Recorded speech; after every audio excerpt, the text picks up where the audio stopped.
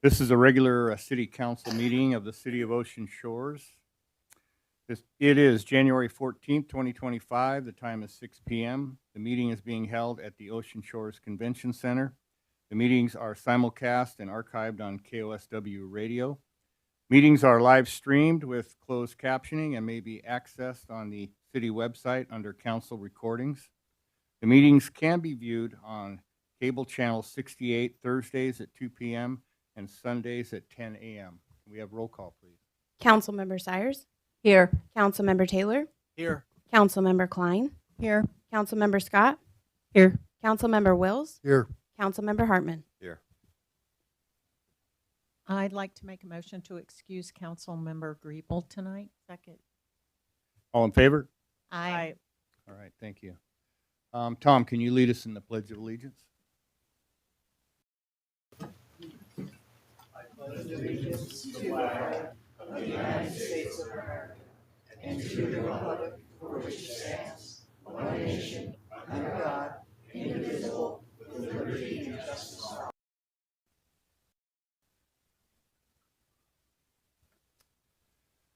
All right, we don't have any ceremonies or proclamations, but I do want to ask for approval of the agenda.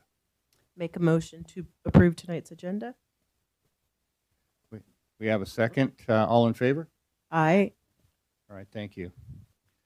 Announcements, board and committee vacancies. There's 3 vacancies on the Planning Commission and 3 vacancies on the Library Board of Trustees. I do have some appointments tonight. I would like to appoint Dennis Peterson to the Planning Commission with council consensus. All right, thank you. I would like to reappoint Jeff Britton, Rebecca Moore, and Vicki Cummings to the Library Board of Trustees with council consensus. All right, thank you. Next up, we have other reports. We have the Ocean Shores Kennel 2024 year-end report, and that will be presented by the Ocean Shores Kennel lead volunteer, Jane Shattuck.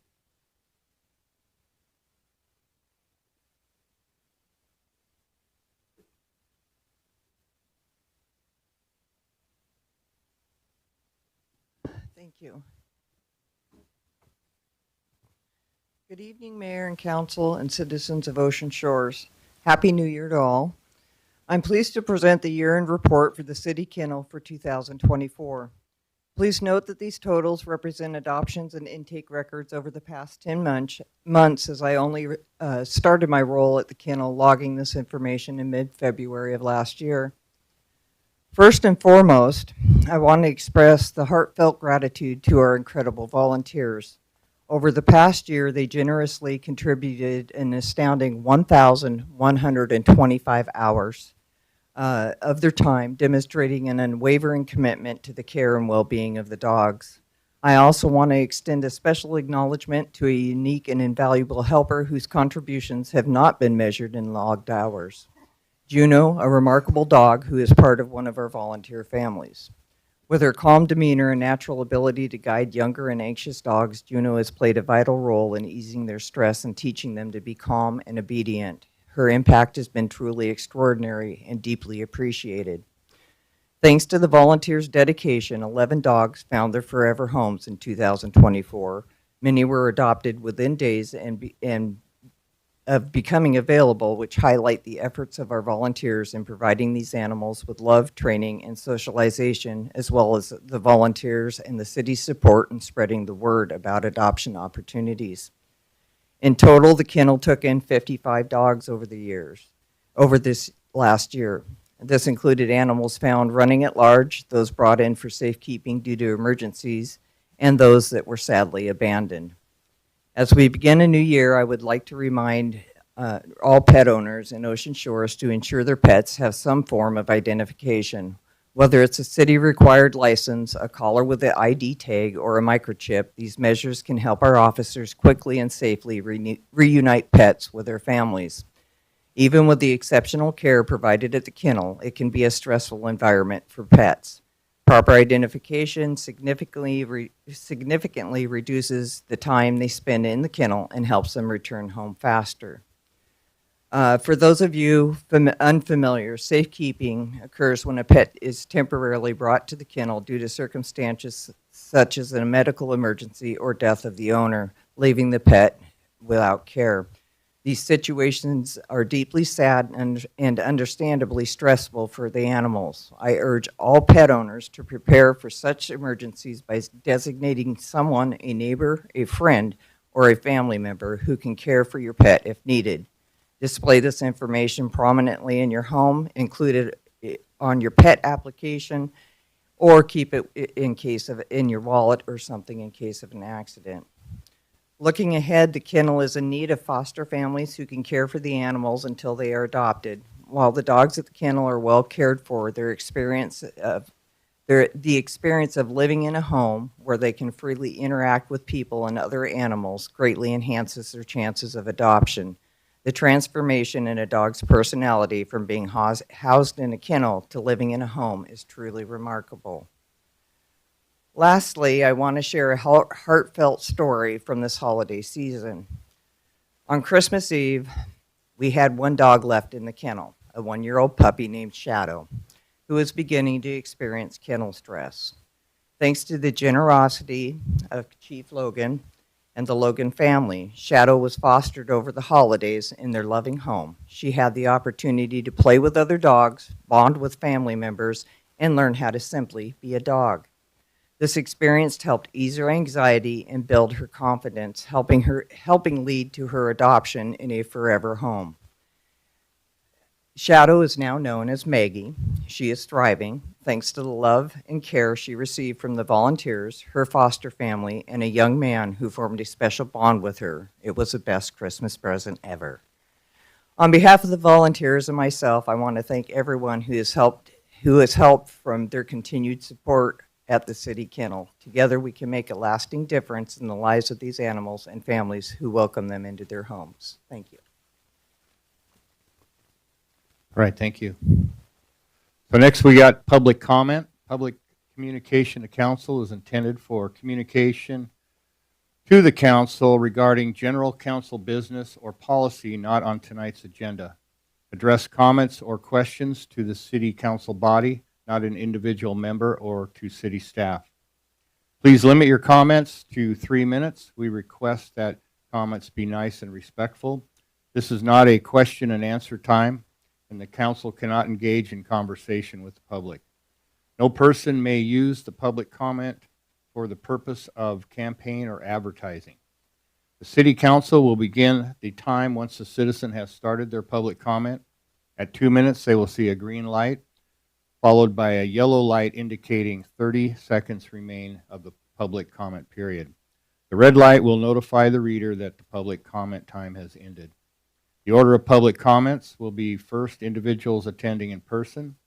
Second will be individuals attending remotely. The general public comment, whether in person or remotely, will continue in the usual position on the agenda. So who do we have up first, Scott? Okay, we have 3 general public comments that just don't speak to items on the agenda tonight. The first, Randolph Peck, Dog Park.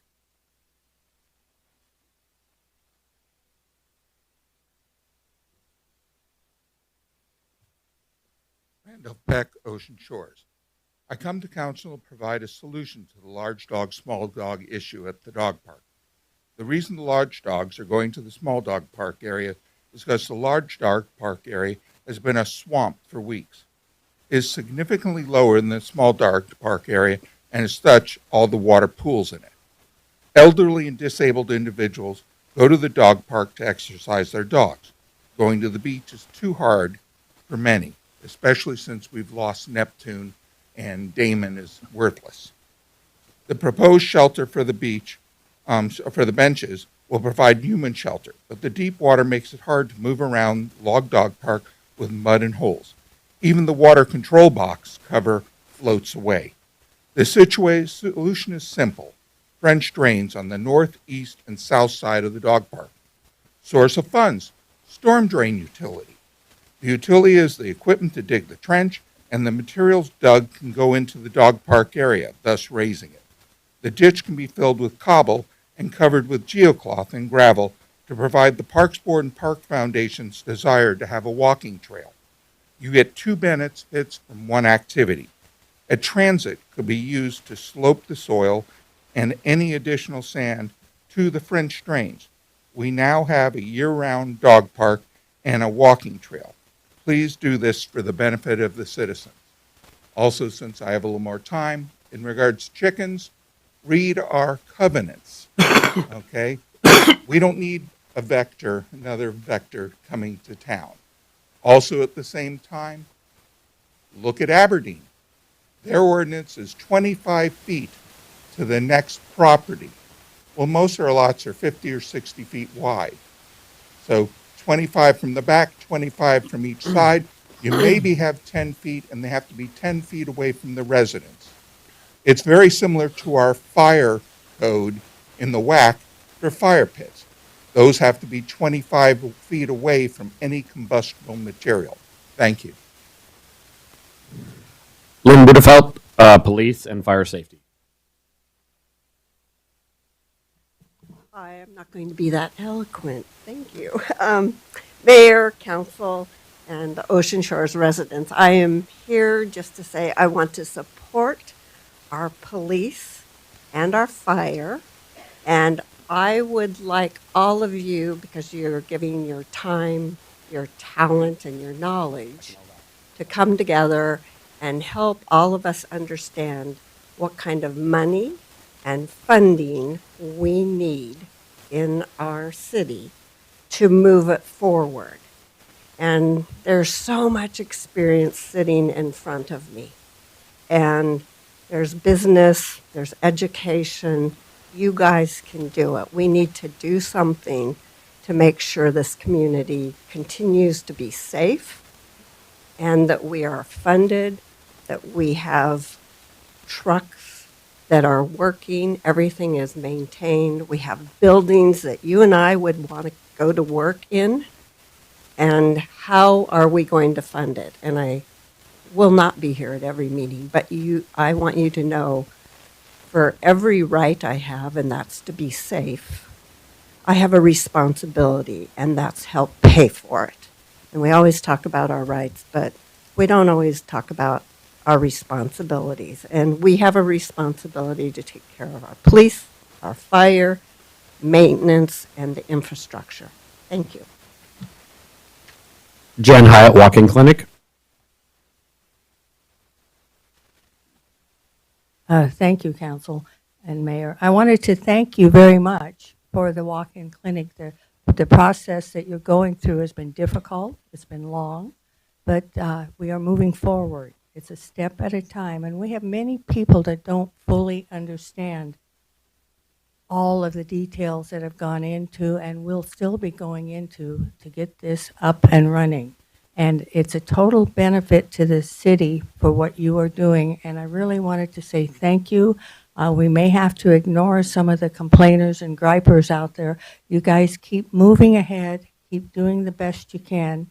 And many of us are very, very happy and satisfied with what you are doing. And we want to wish you a good new year. Thank you. Thank you. And before I conclude, because the issue of chickens was brought up, Scott Harris from Fish and Wildlife wanted to talk on that issue. I had you listed at 19, but if you do not want to stay for the whole agenda since it's already been brought up, would you like to speak now or would you like to wait till item 19?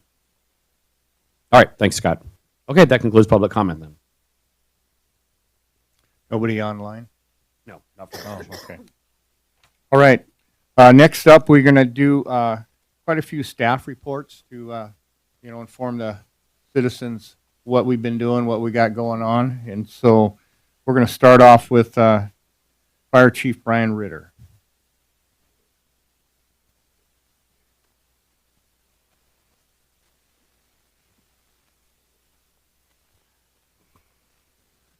Council, Mayor, members of the public, thanks for asking us to do this. I think it's important that we're transparent with the public and the council and the mayor about what we do. I know everyone has a pretty good idea. So I'm just going to run through some things that we have done in 2024.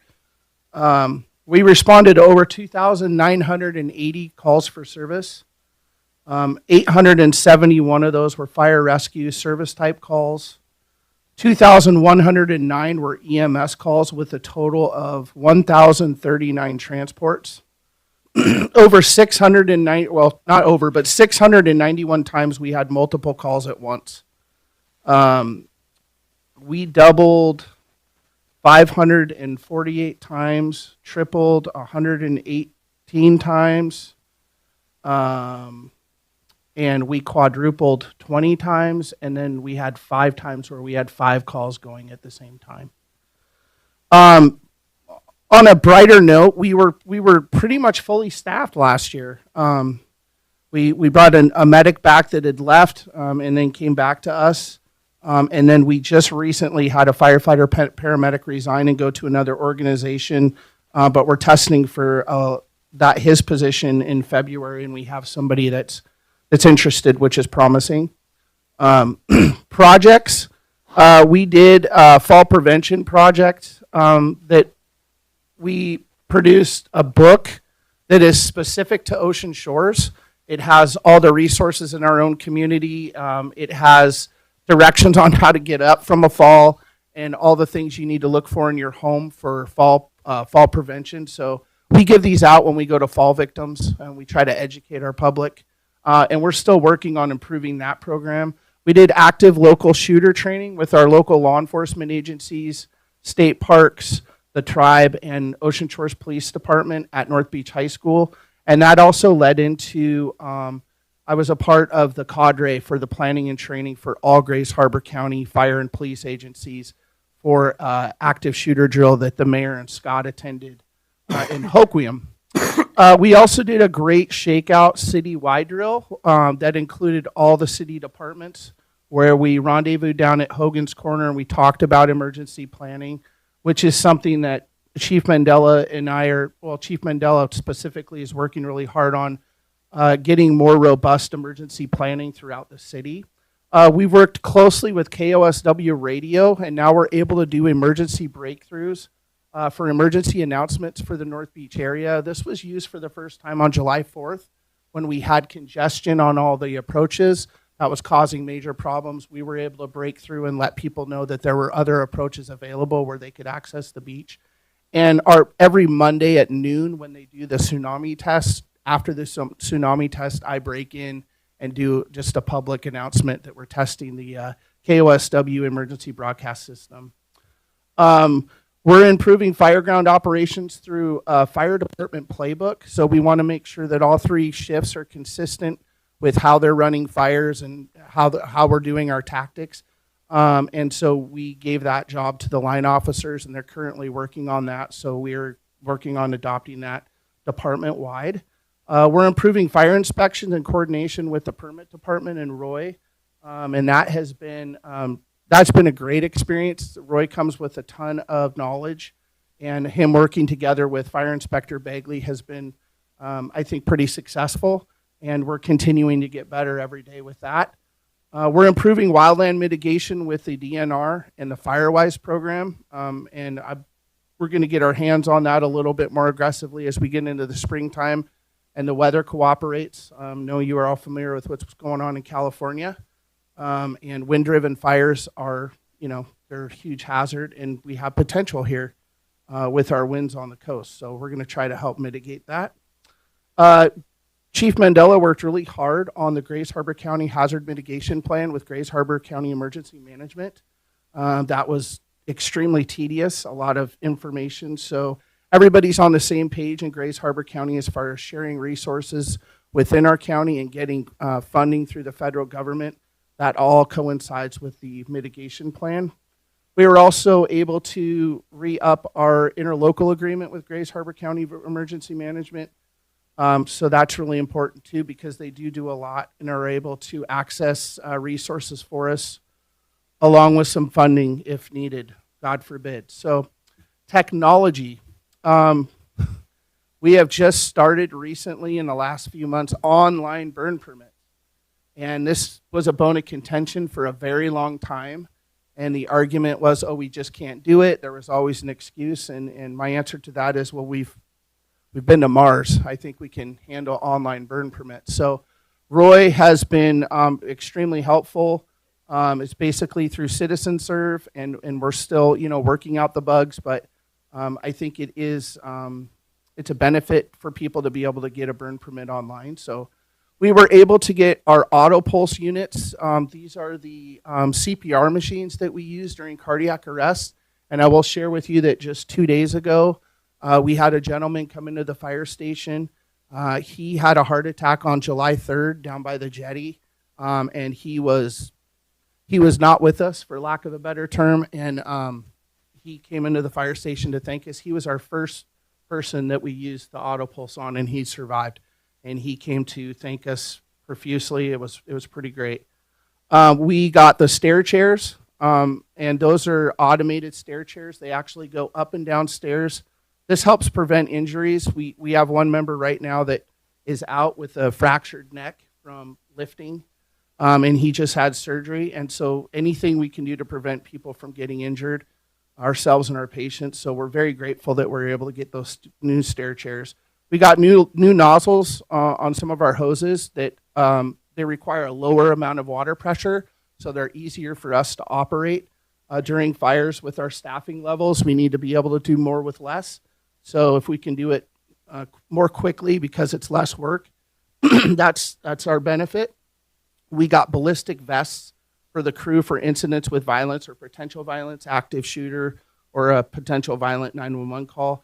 And we also got command tablets for portable access to information. They're basically just like iPad tablets, and we program them with dispatch, pre-fire plans, a way to run fire command. When you're on the fire, you can click and drag the names and show where in the house they're at, things like that. They also give us specs for electric vehicles if we have electric vehicle fire, or extrication. So just a multitude of different apps that we're allowed to download on this that gives us immediate access to emergency information.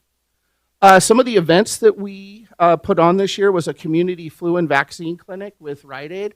I was a little bit dismayed to hear that our local pharmacies weren't giving flu shots.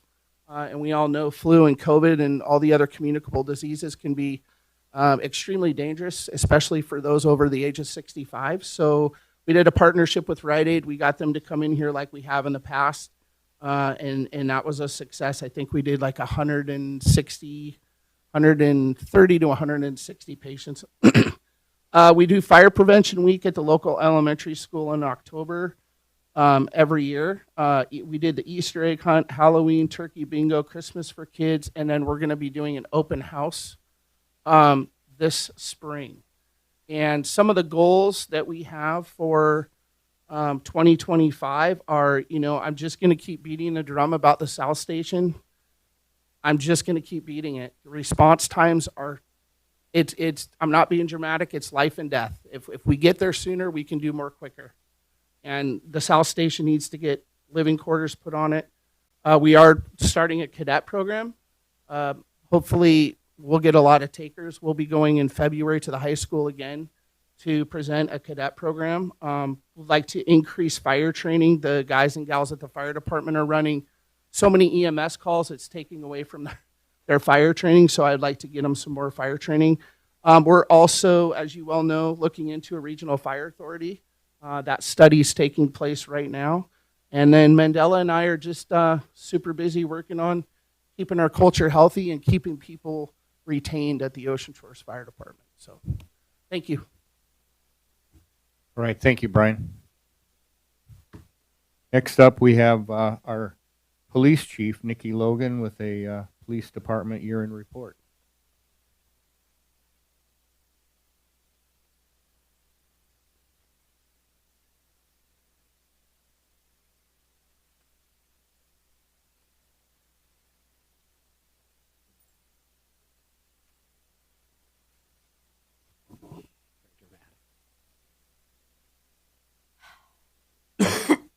Good evening, Council, Mayor. I'm going to be a lot shorter. Overall, 2024 was a busy year for the police department.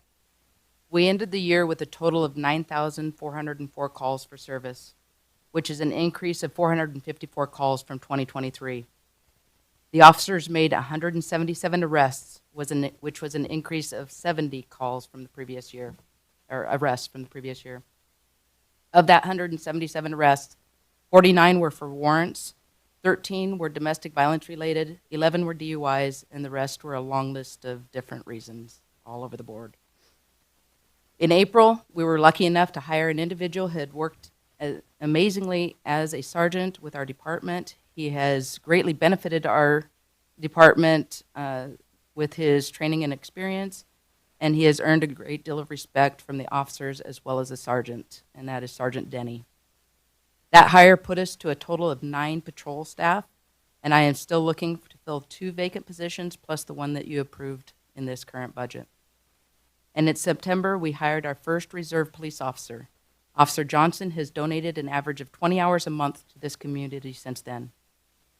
We were able to send 2 officers through basic Marine Patrol training, adding to our Marine Patrol staffing, and we sent another 2 officers to personal watercraft training so we can make use of the Sea-Doos in emergency situations in the fresh waterways. And always a big bragging moment is that we safely made it home after the 4th of July holiday. In July, court rulings were reversed regarding homelessness. The new law is giving law enforcement more backing and allows us to clean up homeless encampments. After the ruling, we waited to see how Aberdeen's cleanup would go rather than recreating the wheel, and we gathered information on how their process went leading up to the cleanup date. We also consulted with our city attorney on best ways to proceed whenever we had questions. And in September, I assigned the overall project to Deputy Chief Watson. It was a collaborated effort on a larger scale, which from beginning to end took us over 2.5 months to actually get accomplished. It involved flying a drone over the dunes multiple times to identify camps, then organizing officers to go out into the dunes to identify which camps were occupied and identify those occupants. The officers then gave the occupants verbal notice to vacate. The officers located several camps that had been abandoned and pretty much just filled with garbage that had been left behind. Then came organizing with the streets department for removal of all the garbage and soiled property that had been located in the dunes. On November 21st, it all came together. All of our officers were on hand and made their way through the dunes to start clearing the occupied camps. They made contact with a total of 5 individuals who were offered help to get state assistance and offered transportation, which they all denied. They were also provided a list of contact information to get help at a later time if they wished. Officers made an arrest on one of the individuals who had a felony warrant and transported them to jail. This project was successful thanks to the efforts and collaboration between the entire police department, personnel from the fire department, and a large crew from the streets department. And I'd like to just take a second to thank everybody that participated in the hands-on cleanup of those camps because it was a very big job.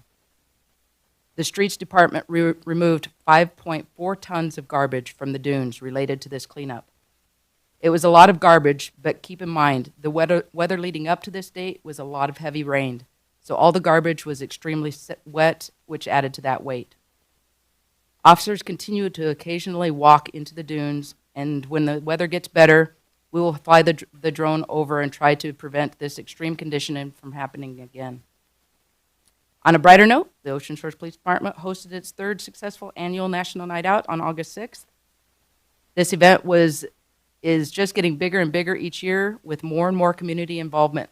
Our officers were out there along with the fire department personnel, Washington State Patrol, and state parks. And I believe Fish and Game was out there, as I look back at Scott. There were several booths set up and lots of good information, along with KOSW playing some good tunes to go with the hot dogs that were cooked by our mayor and city administrator.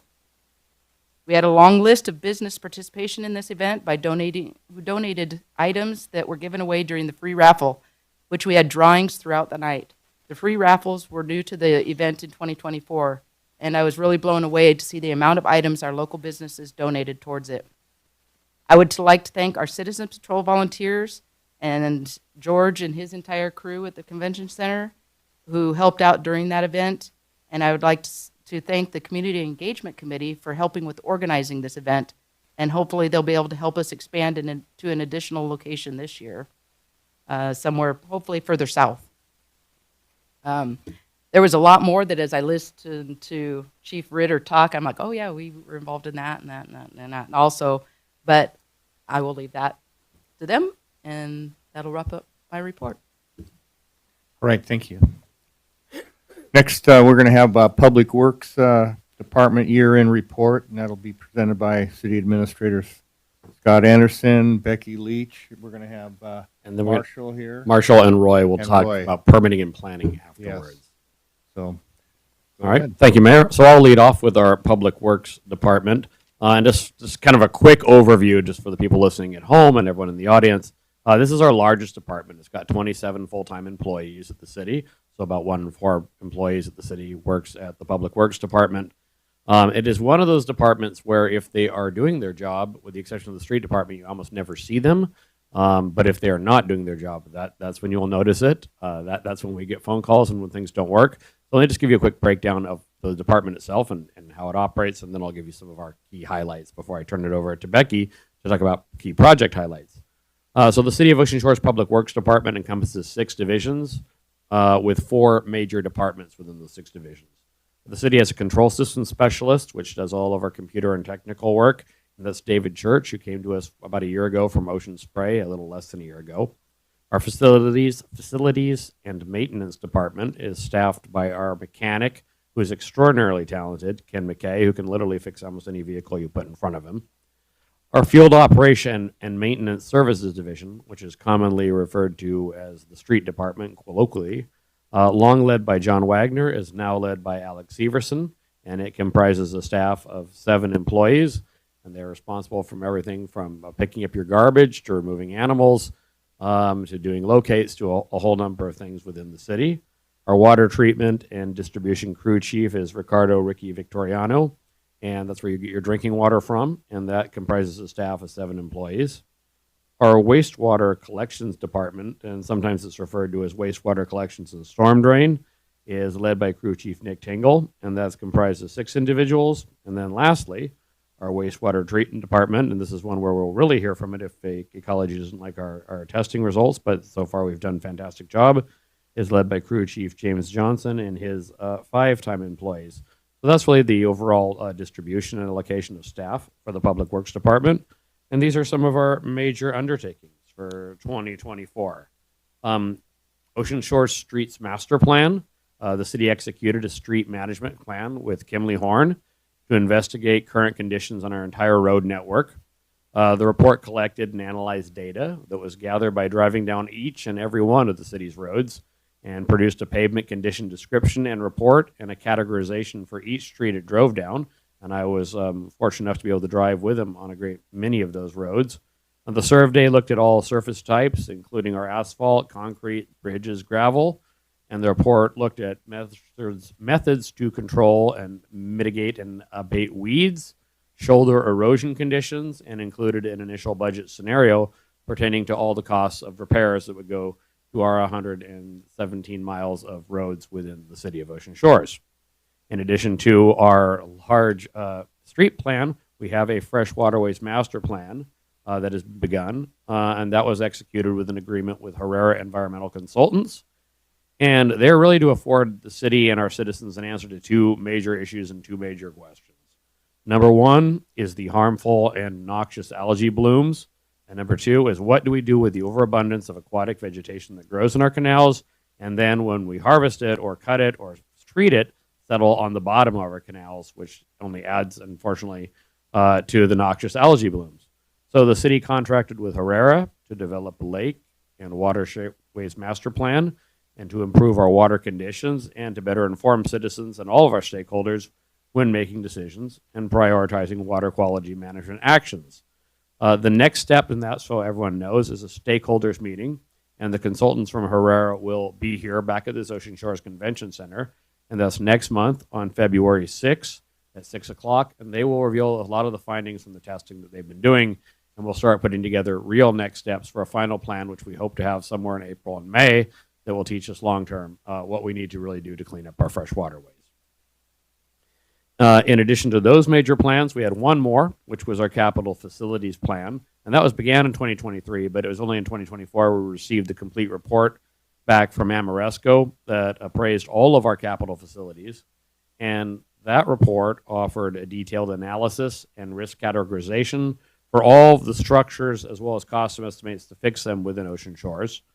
Following an on-site facility conditions report, it included all of the critical capital repairs that are needed within the city. And these include all of our public work structures, the golf course maintenance site, restrooms, fire station, convention center, library, dog kennel, in addition to the buildings the city owns that it does not run on a day-to-day basis, which include buildings like the Lions Club or the Coastal Interpreter Center. So really, it's a very comprehensive look as to what we need to do to continue to maintain those facilities so they don't depreciate in value. Obviously, we know most of our facilities are made out of wood, and we live in a very harsh climate, and so we have to put in an extra effort in that in order to maintain the value of the structures that we have in and make sure they're operational.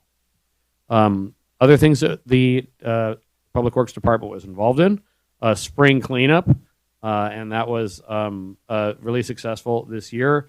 The total yardage for garbage was 180 cubic yards of garbage. The city's garbage truck was filled up 2 times. The LeMay records show about 140 yards of garbage was dumped off in the yard, in addition to 30 yards of cardboard from the containers. So it was a very, very successful spring cleanup. 12 dump truck loads, including 47 tons of scrap metal, were hauled to pay more recycling. In addition, 2 new services were offered thanks to Mayor Eldwin this year that he spearheaded, was our green waste drop-off, which has allowed us to recycle yard trimmings and things like that from people's yards, and our motor oil drop-off, which is still functioning, and green waste drop-off will begin once again in the spring. We run it spring and summers. Other things that were accomplished, the outer loop bike trail and the installation of a bike rack here at Ocean Shores. It's the 15-mile outer loop for bicycling enthusiasts. And this was a combination of the Planning Committee, the Ocean Shores Public Works Department, and Blue Zones. The trail will ultimately be marked and signage will be afforded. However, a map of the bike route is currently available to the public and on our website. Our street department likewise did a hotel row fire break clean out. The city had a rental machine that was used to brush cut the fire break for about 17 business days. They had a stump grinder to grind all that down, but that is a really, really pertinent investment to keeping our hotels safe in the event of a fire. That fire break is invaluable. It was talked about for 25 years, and it was obviously completed in the last few, but I think we've all seen what's happened in Los Angeles, and we saw what happened in Lahaina, and you really can't put a price on that level of safety and having that fire break, and we are going to be in talk about creating a secondary fire break within the city in the near future. We had a lot of ditching that was done for our storm drainage. The city spent a lot of time this year deepening the storm drains, deepening those ditches to improve the flow of water runoff and to mitigate stagnation in our water systems, which causes not only flooding to homes, but also becomes very mosquito infested when it sits in the summers after summer rains. So a lot of work was put into that. We had our annual bridge inspections, and in addition to our timber bridges, which were all inspected and did extremely well in their inspections, we signed an interlocal agreement with the county that will allow all of our concrete bridges to be inspected this year. We completed the Scotch broom removal pilot project with the 10,000 Year Institute and the Quinault Nation Enterprise Board that allowed us to clear 5 acres of Scotch broom and utilize kilns as an effort of turning those into biochar. In addition to all of those activities that were done by the Public Works Department, we had a number of projects that were completed this year, quite a long list, in fact. And I will turn it over to Becky Leach and Tim Hiles to discuss those measures. Thank you. So we kicked off this last year early on, working with a great groups of volunteers, Defenders of the Coast, volunteers from the VFW, and Sons of the American Revolution, creating the Pocket Park that is at the Chance Alamar Beach approach. And that was a great project. It was a lot of fun. We took a lot of pride doing that one. It's the first project I've done with a group of volunteers and not a contractor, and I think it turned out great. The first installation that we did of the carved wood sculptures in town was the Razor Clam at that location. And we installed the whale, the Sasquatch, Davy Jones, and the pelican all this year. Streets Department helped with that, and also working with the Beautification Committee, which was great collaboration.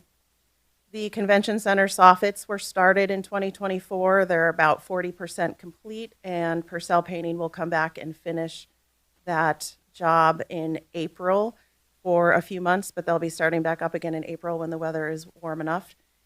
The Convention Center HVAC units were replaced this year. That project is about 95% complete. What we found when we were having one of the units installed was that there was a custom hood that connected the HVAC unit to the building, and we didn't know that before, and the contractor didn't know that. So we're having that hood recustomized so that we can get the last one hooked up completely. The Oyhut ditch was cleaned out by the street department this year rather than putting it out to bid, which saved a significant amount of money. We did the cobble berm phases 2 and 3 this year, which is still going to be ongoing down there at the berm. We worked with 2 different vendors in 2024, Brumfield and Northwest Rock, to get that where it is at this point. We began the testing for the black slime issue in the waters. And next step for that is January 21st. We have a company coming to test which chemicals will help to treat for that issue, how much of those chemicals will be needed, and then we'll get a cost and be able to move forward and hopefully put that black slime issue to bed. We installed the sidewalk connection trail by the Shiloh at the Dune Trail entrance, created ADA parking spaces, and we will be striping and putting official ADA spaces down all along that Shiloh drive to the beach approach so that we'll have the parking spaces that we used to have there. The new city gate sign was installed this last year. The old sign and the plaque that was in the ground are going to be going to the Coastal Interpretive Center. It's currently living in the street department, drying out, getting ready to be able to be mounted at the Interpretive Center. The Arrow Lumber culvert replacement was completed. That was a project that was a long time in coming. The tsunami siren, also one that was a long time in coming, and thank you, Marshall, for so much help with that one. We worked with Wall EMD in the county for that relocation. It was the tsunami siren that was at the beach approach at Chance, and it came up closer to the bus stop. We had a semi-successful lake and watershed management clean out this year, working with a new vendor. So we're expecting great things from our Fresh Waterways Master Plan so that we have a better take on what needs to happen in each canal, because each canal really does need different treatments. And we're also hoping to work with the Fresh Waterways Corporation with more of their harvester in this coming year. The annual striping that we did this year, we added additional mileage, and we also added the reflective beads. After the project was done, we drove a lot of the area, all of it now, and we noticed that there are some areas, especially on Point Brown, if you are coming from the south to the north on Point Brown, it's the easiest part to tell it. You'll see that the stripes go wide and then they're narrow, and it looks like the brush actually picked up. And so when I asked the vendor about it, he called his crew and he said, yeah, they told me they had a problem with the truck and they decided to just keep going. So we will not be paying for what needs to be redone, which is probably 75% of the striping. And that will be done again this year when the weather is good. They're going to come out and redo that, and then they'll also do the roundabout and the markings at the jetty, which is a thermoplastic torch down product. So they'll be out here in the spring to do that. We should be first on their list for scheduling. We currently have 65% of construction documents for the tsunami tower, which is what we need to apply for the next BRIC grant for the tsunami tower. So it was exciting to get to 65% of those, the drawings. That is what I have for 2024. We also hired Tim Hiles in 2024, and I'm going to let him talk about 2 of the grants that have been awarded to the city in 2024 that are at this first council meeting for approval tonight. Thank you. We had two grants that we were awarded this year, 2024. The first one, it was for a remnant jetty study, and that's in the amount of $155,000. And we are currently at the point that we are going out to design for that, or excuse me, for the engineers for that. Sorry. And our other grant is for the berm. It's a pretty big one. It was through the State Department of Commerce.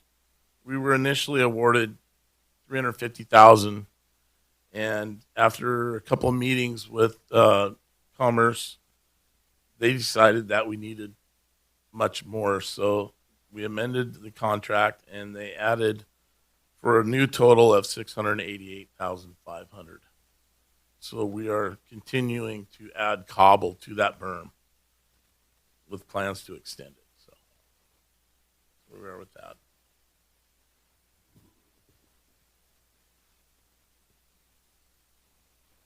Some upcoming grants that we are applying for. There's a USDA wildfire defense grant that we are hoping to get for the fire break extension. 2 FEMA BRIC grants. We verified that we would not be competing against ourselves for these grants. One is for the next phase of the tsunami tower. The other is for a more permanent project down at the berm for erosion. So those 2 BRIC grants, totaling, it'll be over $12 million with those that we're going to be asking for. And then there's an FCAAP floodplain management grant that we're looking into. Grants that we are researching, obviously anytime we're looking for grants, infrastructure, right? I mean, we're looking for any infrastructure grants we can possibly find, anything for streets, sewer, water, all of those departments. Additional erosion money, streets and road repairs, and then downtown upgrades, sidewalks and things like that for the Point Brown corridor. We're also looking into those constantly. Tim is tasked with that every day, and I think we get we'll get emails from the mayor, from council, from Scott, citizens, and just be assured Tim is definitely looking into everything that is being thrown his way. I think he's a little bit overwhelmed, but he's doing awesome. Upcoming and in process projects, we have the golf course bridge sewer main replacement is almost complete. It's hooked up, it's running. So we are just giving it a couple more days to say, all right, we're completely comfortable with the way that's going. We've got the health clinic build out. We have the 2 1 million gallon water tank repairs that was approved last year that's moving forward this year for construction. The north end sewer line replacements is a project we're going to be looking into. I'm going to be doing a fuel station cost analysis for the mayor. Speed cushion installations, the Lions Club generator and parking lot lights, that should be done in the next month and a half. The Lions Club needs a large generator. Their Lions Club is going to be our warming space in case of emergencies. And then I guess if we ever had a really hot summer, which would be nice, it could also be a cooling space if needed. The Southern Erosion long-term plan is in the works. The golf course net is going to be replaced and repaired at the driving range. Street striping will be redone. The parking stripes and the Shiloh by the Dune Trail, which I already mentioned. We are working on the Bristol Court area of town has some flooding, so we're working on storm drainage down there. The permit office generator should be done in the next week or 2, which houses our servers. Collection tank maintenance at our vacuum stations. Diffuser replacements at the wastewater treatment plant. The tsunami tower. The outer loop bike trail markings will go in. The 3 million gallon reservoir repairs, we are still working on funding for that. Additional ditching and drainage repairs. Continuing installation of new water meters as well, among other things. Thank you. All right, and we'll call Marshall Reed, our city planner, and Roy Simmons, our city building inspector, up. And as they're coming up, I just want to clarify one thing that was said. Tim was talking about the grant for the remnant jetty, and just so everyone does not confuse that with the actual jetty itself, the jetty itself is being repaired by the Army Corps of Engineers, and that's a project that's set to begin this year, and they'll be extending the height of the jetty and rebuilding it. The remnant jetty is that block of rocks that you see that cuts across down by Oyhut in the bay there, that is really our long-term key to mitigating the erosion that is down at that south end. A berm is going to help. It's going to protect property, but the real key to reclaiming some of that land and to stopping long-term erosion is to get that remnant jetty rebuilt. It is not a high priority of the port. It is not a high priority of the Army Corps of Engineers. But if we can prove that their navigation channels are being flooded by sediment, and we believe that they are, it may become a much higher priority, and it will be much more likely that we can get funding to rebuild that structure. So that's what Tim's looking at.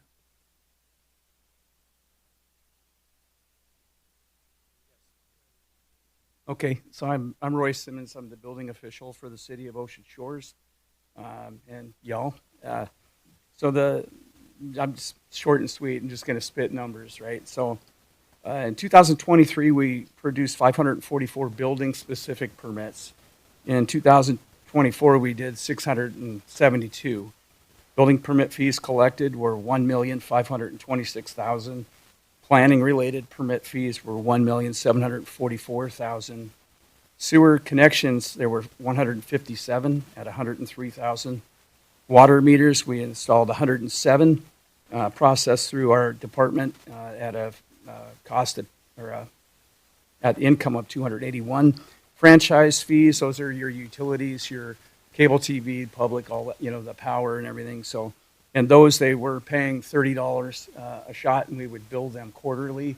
We're now getting $100 from them. They're on the online system, and we get that instantly before they can do the work. And so we've collected. They've done 83 this year. So right-of-way fees. So we 146 right-of-way permits. Those are your driveway permits. Were issued this year. This year we put structures into abatement. We put 8. 4 of those, including the one that you can see on Point Brown, were to the ground and done. 2 of those were remodels. One is the Sands Hotel, and if you look at it, they basically reframed the entire exterior and put all new framing on the roof. I mean, this thing is going to be basically from the exterior side an all new structure. The other one is a house on Iridani that I fought in abatement for a year and a half, and it's now one of the nicer houses on that street. So the process does work. This year in business licensing, I did 31 safety inspections with Kurt Begley, 22 welfare checks, and those are phone calls where people have concern about their neighbor or the house that they're living in. Stop work notices, I posted 56. Uninhabitable structures, I posted 16. And inspections prompted by complaints, that's by phone or email, I did 192. Counter visits, and we have everybody log in at the counter. We had 1,100 counter visits this year. Emails and phone calls, and that's an estimate. We're at about 18,000. And so when we started this year, it was actually last year, the process of scanning all of the files in the building department. So we started out with 37 file cabinets, and on top of those were 2 3-foot tall piles of plans that were 24 feet long. So we've processed all of that. We're down to 11 file cabinets now. So we're averaging in about 3 weeks a cabinet. So we're getting long journey, but we're getting there. So beginning on January 4th, 2024, we put everything 100% online on the permitting, and that was the sewers, utility franchise, right-of-way, all the planning permits, water meter, sewer connection fees, fire permits, burn permits, and now camping permits. And the permit office is now was open from 9 to noon, and it is now 8 to 3:30. And it takes us a half an hour to kind of round up our day. So, and currently we're in the process of revamping our system to be more user-friendly. That's the Citizen Serve system that we're currently using. So my department, I did 3,450 inspections, not counting the ones that were listed before. And so it doesn't leave me a lot of time at the counter. And I couldn't have done any of this if it wasn't for the clerk's office taking the counter when we were out. Everybody's filling in holes, helping me putting things online, trying to get the word out, improving our website. And then also the planning department, same thing, covering all the holes. So we're a team, and there is that team atmosphere, which it wasn't here when I started, but it is now. And none of this, again, would be possible if it wasn't for the trust and, from the mayor and the support that I'm getting in my department. So, and our department, so the building department is two. So we have a permit technician who permit tech 1, and then there's me. And so I think all in all for the year, I know it's not going to make everybody happy because everybody wants something, but I thought we did a pretty good job. All right. He did way more than that, trust me. I work in the building. When I get there in the morning, I do a 6:30 start, and he's already halfway through his day. So Roy's been cranking it out, and I'd like to thank him personally for bringing planning in and working as a team member. The two departments right now are meshed. We're all residing under the same roof. And like you said, when there's a vacancy or a hole or somebody's got a question, we work back and forth between our departments to make things work better for the citizens.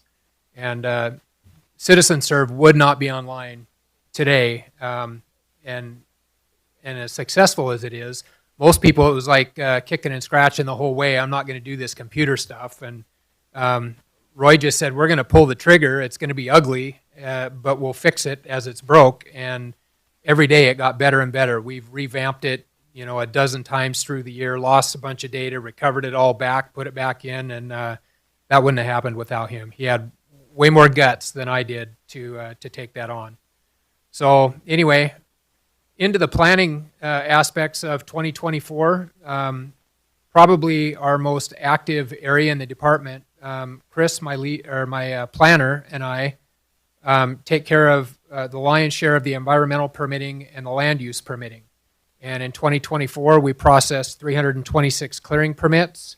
The SEPA checklists, which are, it's an environmental process where we send out notification for shoreline projects and wetland projects, those that would require, they cross the threshold of the SEPA checklist requirements.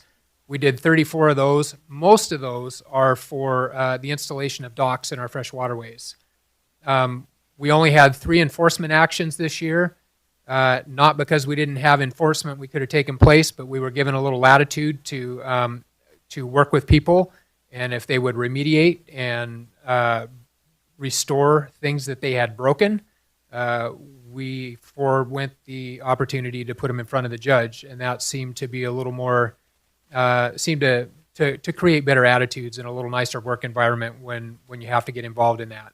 Folks that want to do it deliberately, we're happy to go the court routine. So this year, the Wetland Mitigation Bank, we finished off the credits that we had available. In 2023, we had 22 mitigation sales agreements that took the lion's share of the credits and represent a fairly significant number of homes being built in and around wetlands or wetland buffers.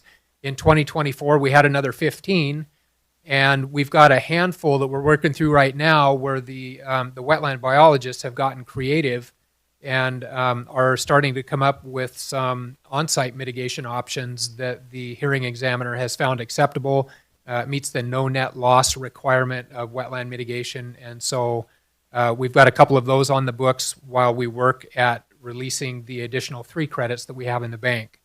I think there was 8 credits that we had available to us. We sold all 8 credits and paid the bank off. We've got another 3 to be released, and that should be good for approximately 30 projects. So we're looking forward to getting that done. And then I've got another credit that I'm going to try to recuperate from the Ocean Shores Airport that we will be able to recover. Shoreline permits, we had 72 of those this year. Anytime a residential development occurs in a shoreline or a remodel where you're within 200 feet, that requires a shoreline permit. Your residential shoreline permitting are exempt from the full-blown substantial development permit process. So those go through pretty quick. We processed, like I said, 72 of those for a total of 450 environmental permits for the year. We get into land use in 2024, and this number, I guess it's because we've got all of our boundary line work broken out. We did 13 boundary line revisions, which means either combining or separating two lots based on the original plat. People that had combined lots and they wanted to separate those lots and put the property line back in where it was in the original plat. We had 5 of those go through this year.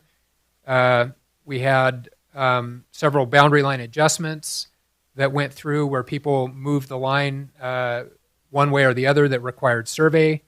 We did 3 short subdivisions this year to completion, and I think I've got 2 in the works right now that we're finishing up from year 2024. We did 4 rezones, and I think all of those, with the exception of one, were commercial properties zoned B1 down in the south end area of Ocean Shores. They wanted to rezone to B2. They were surrounded by B2 properties, so those were authorized. We had 10 reasonable use exception hearings that went through before the Ocean Shores hearing examiner for wetland buffer mitigation approval, and so we had a total of 46 environmental permits that went along this year. So I went over and talked to Roy this afternoon because I'm looking at my emails and I'm going, shoot, man, I'm showing that I got 6,700 emails that went through my inbox this year, and it doesn't sounds like maybe something stuck in there or whatever. And he goes, no, we did over 12,000, and so if you figure I got one email going in or coming in from the public or other administrators or other agencies that we're working with, there's probably 1 or 2 that get sent back out. So we process an incredible amount of correspondence when it comes to environmental and land use permitting and stuff like that. Sometimes it feels like it's meeting after meeting after meeting, and with any luck, something comes out of that. We bear fruit. The phones ring all day long, and like I said, there's just like Roy's office, there's 2 of us in the planning department with a few people in the periphery. Sarah's crew there, Sandy and Nicole, they help us out with holding people at bay at the door until I can get off the phone or shoo the last person out, bring the next person in, that kind of thing. So we really appreciate their help. Couldn't do it without them running interference for us. So on the collaborative projects, you heard a little bit about that from Becky in her presentation. Permitting and coordination, the planning department has worked with the street department this year in permitting and coordination of danger tree removal on public property. Typically that's a phone call comes into my office, like, hey, we got a tree in the city right away that's leaning over my house, I need to get that out of there, or got trees out on the golf course that are starting to lean towards my house, can the city do something with that? Planning tracks all tree removal today in the city of Ocean Shores, and even when the city's doing that, I run a permit through and coordinate with the street department, and they go in and they either contract or get the work done internally. Just about every real estate transaction in the city of Ocean Shores involves, at a minimum, 1 phone call to the planning department. What can I do with this property? And for your guys' amazement, the most popular question is, can I put a transient rental on this lot? That seems to be the hot ticket item right now. So we process in the neighborhood of 150 to probably 250 feasibility transactions between real estate agents or prospective buyers wanting to know what land use or environmental concerns might encumber a piece of property before they make a purchase or before they put money down on it. So Chris is in the field 2 or 3 days a week, and when she's doing the environmental review for clearing permits, she'll swing by a lot that somebody's got feasibility on and do a quick look and make a determination whether there's a wetland encumbrance or a buffer that might be close by, so that people can make an informed decision as to whether to purchase a piece of property or not. Erosion has been a pretty hot topic this year in Ocean Shores. Our southern shorelines have taken a beating. We've got accelerated erosion taking place down there. And along with planning, we also do shoreline administration. And so the planning department has been interacting with the Army Corps of Engineers, the Department of Ecology, the Washington State Department of Fish and Wildlife, Grace Harbor County's Department of Emergency Management. They've been great support in putting us onto some of these grant tips that Becky and Tim were talking about.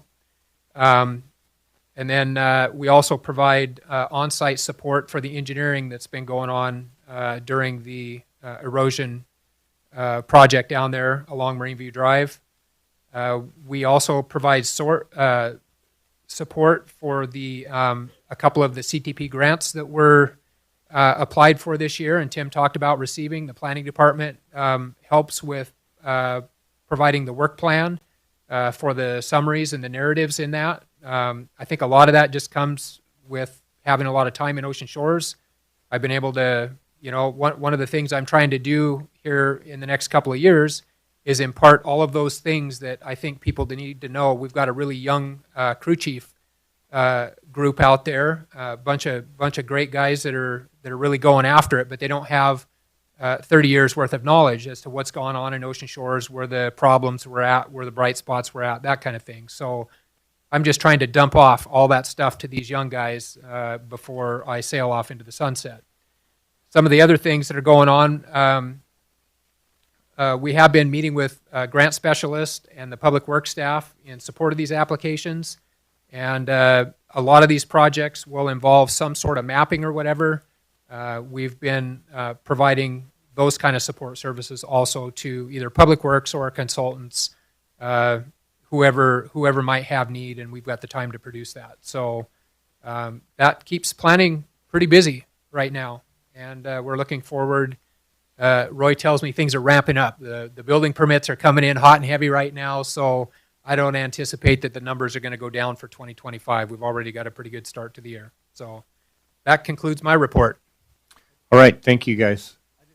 Oh, you got one more, Roy? I Go just ahead. had one more thing to say, and it's because it's my bedtime and I'm a little rummy. But I forgot to thank Donna Watanabe. So excellent hire, brought her in this year around May or June, and picked it right up. And I really like working with people a lot smarter than me. It makes my job a little bit easier, and so I want to reach out and say thanks for that. So thanks. Yeah, thanks. Yeah, Donna does a great job. Got a great attitude, and there's a lot of people that are happy with our permit department. Okay. So next up, we have Keitha Owen, our library director.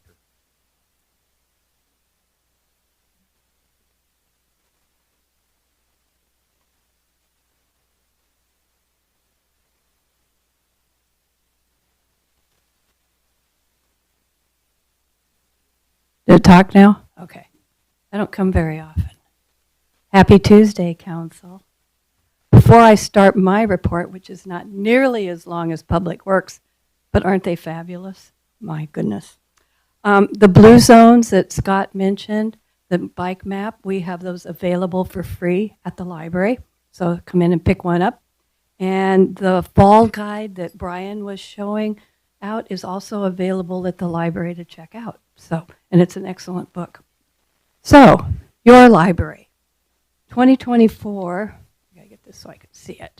2024 at your library was busy, exciting, and fun. Let's start with a few more numbers for you guys if you aren't swarming in numbers in your head. Checkouts or circulation numbers for 2024 were 67,726. What's important about that number is that's a 7.2% increase from 23. I think that's considerable. And the checkouts in 2022 to 23 were 18% increase. We were still a little bit in COVID in 2022, so that's why they were down a bit. The door count for 2024 was 41,183. Why is that important? Because that means 27 patrons walk through the door during the 34 open hours each week. So each hour We had 27 people go through the door. The meeting room had 1,137 meetings. And are you ready for this? 13,550 people attended meetings in that little room. Web hits were about 25,000. We currently, as of December, have active usable library cards at 3,776. After a year, they go inactive. Overall, we have given out probably 10,000 cards, but right now about 3,700 are being used. Now, onto the more fun stuff. Services. The library supports 2 services within the materials budget bar line.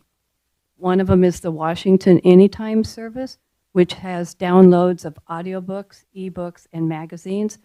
For 2024, 21,471 items were checked out, I think mostly by Denise Sayers, which equals 29 cents each per transaction. That's a really good return on the annual cost of $6,354. I am so pleased with that number. Canopy, which is another service that's within our budget, is downloadable movies. The fee's based on usage. It's not a flat fee.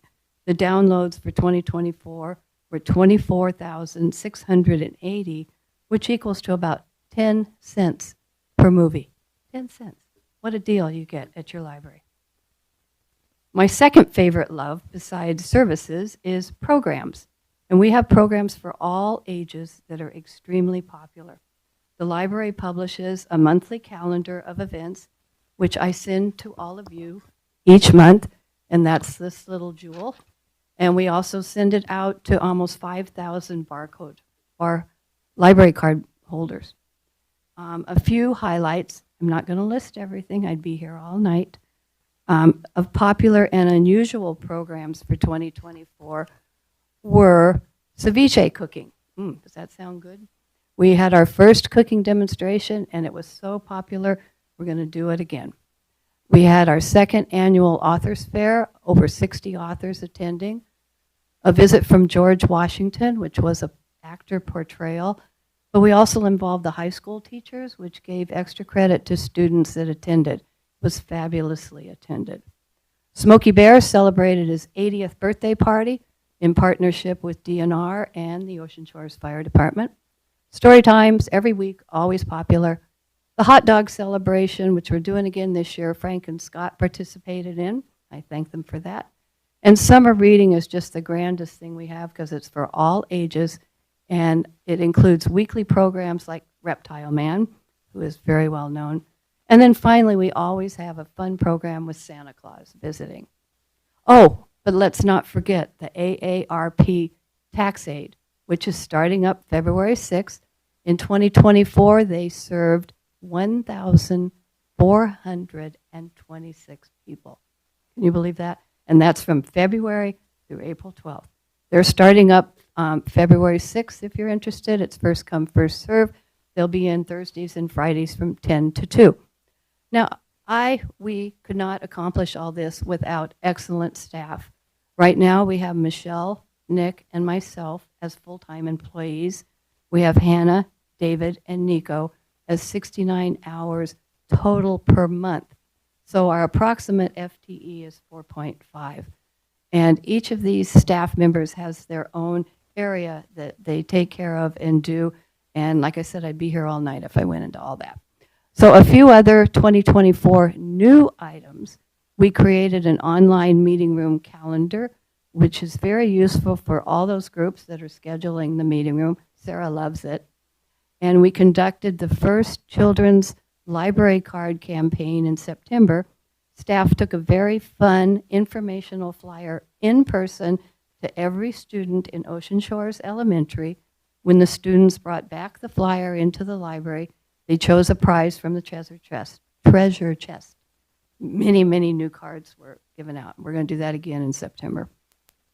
Staff also visits the junior high and the high school weekly and provides complete outreach services. They can get cards, check out books. Michelle takes requests and brings actual books to them that they're waiting for to read. We added a public announce system into the meeting room. And finally, we have fantastic support from two 501c3 library groups. The first one is the Friends of the Library. They have entirely, and I mean completely, supported the install of 14 new computers for the public, which extremely streamlined access by the patrons. They didn't have to have their library card. They didn't have to log on. It's just like sitting down at home and searching the internet. It also decreased staff time, which increased staff efficiency. A new teen display unit. They purchased merchandise teen books, a new neon light bulletin board in the teen section to highlight programming, 2 new huge Lego panels in the children's section where kids can make things, and one person took probably 20, 25 minutes and wrote out the word smile in Legos on the Lego board. It was cute. And they fund a complete 100% support for all the programs that you see in this newsletter. City budget does not have a line for any program, none, 0. And then the other 501c3 is the foundation. They support that beautiful outdoor pavilion where we had many of these programs. It includes 6 beautiful, huge umbrellas and outdoor tables and chairs. And as I said, these are just the highlights. If you go on our webpage, you will see a lot of what's going on. All the library services, programs, art in the library, etc., are on that webpage, and it is oslibrary.info. And it's updated every Monday, so it's very current. The foundation, the friends, and the staff all work together with the other entity in my world, the Board of Trustees, which is a governing board. In the Board of Trustees 2024 strategic plan, they identified their mission to be at the heart of the Ocean Shores community. The library provides access to the world through reading, learning, and connecting. And you'll see our logo on everything that says Ocean Shores Library, Access the World. And then their vision is the Ocean Shores Library will be the essential community resource for residents to access information and ideas that strengthen and enrich their lives. I also want to thank each and every one of you for supporting the library. We have a lot of projects we're going to do in 2025. The most exciting one is the hiring of 2 pages. Pages are the people that shelve the books in the library. I've been a librarian for a very, very, very long time. This is the first library I've ever been in that did not have people that shelve the books that are on payroll. So thanks to Frank, he made that happen with our budget. And we have 8 applications sitting on my desk right now. Next week, I'm interviewing 4 of them, and we'll hopefully have them on board in a couple weeks. So thank you all. Thank you, Frank. And I thank the community, too, for supporting and making this library one of the best in the state. Thank you. All right, thank you. We're going to take a 5-minute break here and resume here about, looks like 7:21 or 2.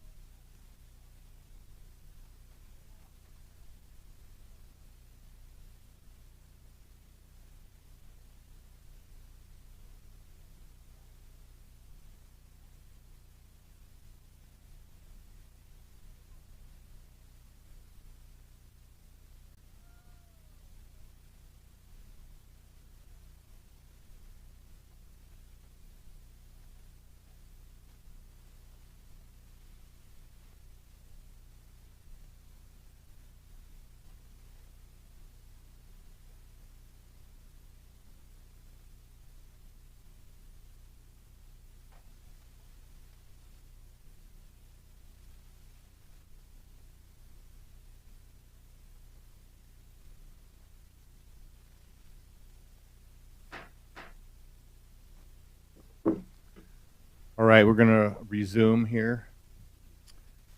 Next, we have Kim Ward, our municipal court clerk.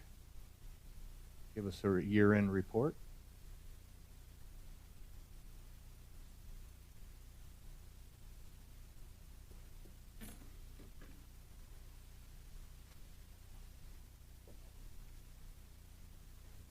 Good evening, everyone. As you guys know, I'm your court administrator here, Kim Ward, and I'm here tonight just to run over a few things. Unfortunately, Chief Logan stole my statistics, so I'll just not bore you with that. The municipal court, as you guys probably know, handles both infractions and criminal cases, both traffic and non-traffic. These are consisting of gross misdemeanors and misdemeanors. That's the level that our court takes care of. Anything else we refer to the county, which would be for looking at for possible felony. This year, the court handled 450 traffic infractions, 93 non-traffic, 214 citations that were criminal traffic, and 149 that were non-traffic, and a mere 19 parking citations that are usually happening right here around the convention center during events. We also processed 636 warrants. This year, the end of 2024 marked the end. Councilmember Taylor is kind of laughing. The end of 2024 marked the retirement of our judge, Scott Sage, who after 39 years of service to the city of Ocean Shores as both judge and prosecutor, he retired. He's moved on. Our new judge will be Mr. Sean Tashner, and he was actually sworn in at the council's meeting on December 10th. He began serving this January for our city. So far, I'm pretty excited. We're moving along and working well together and coming up with some new processes. So I'm looking forward to that. Mr. Wayne Hagan will remain as prosecutor, and Mr. Doug Bitar will also be here for the defense, and they each will be staying for 2 years, and Judge Tashner will have a 4-year term. Besides myself, our court has one part-time clerk, Miss Kathy Thomas, and we have a retired Ocean Shores PD Sergeant, David McManus, who assists me and volunteers on court day to help with paperwork and assisting defendants. In 2024, we were able to secure a grant for the much-needed court security. Security will continue in 2025. The tab will be picked up by the court as part of my budget. I'll be talking to Mr. Mayor about a few things with the budget when I get a minute of his time, because, you know, he's not always busy. And the court security is handled by a firm called Washington Guard Services, and they are armed. They're responsible for doing metal detecting on everyone that enters the court, confiscating any weapons that any of the defendants or any people that are observing court may have. So those lockers are secured with a key, and that key is held by anybody that brings in a weapon until court is adjourned, and at that time they can retrieve their weapon. Beginning this January, court will begin in the morning at 9:30, which I think makes George pretty happy. This year there were a lot of cases that had to be vacated for State versus Blake, which was a drug charge for use of marijuana, possession of marijuana. All of those cases had to be gone through, and thankfully I had Kathy to really work hard. That was a project that I gave to her. The refunds, thankfully, did not come from the city or from the court. That was all refunded by Washington State. So we did not have to bear that financial burden. New retention rules allowed Kathy and I to work very hard purging old files and cleaning out the room. I made the hallway into a file room for us and make room for the new cases that are filed by OSPD pretty much every day. Most cases are retained for 3 years, including the infractions. DUIs have to be kept for 10, and assault cases stay forever. So we were busy purging and cleaning and making room and revamping our court office, which it was in dire need of. There's been a lot of positive changes in our court that I feel pretty proud about, and there's a lot that goes into keeping the court running smoothly every day. And I kind of think of us as the quiet department, because we're not out in the street doing street maintenance or anything like that, or writing the citations. Nobody sees us in a uniform or walking around, but we just really enjoy what we do, and we enjoy being part of the city of Ocean Shores. And I want you all to know, including citizens, if anybody ever has any questions, please feel free to call me in the office at any time. We are public servants, and we are here to serve the public as well as our citizens and defendants and take care of all of that. So we're excited for the new year and the positive changes and moving forward. So that's my quick report compared to everybody else as the quiet department. And I thank you all for your time and your support. It's very appreciated. All right, we thank you for the short report, too. Well, I know it's past some of our bedtimes, including myself. All right, next up, we have our Convention Center General Manager, George Lee.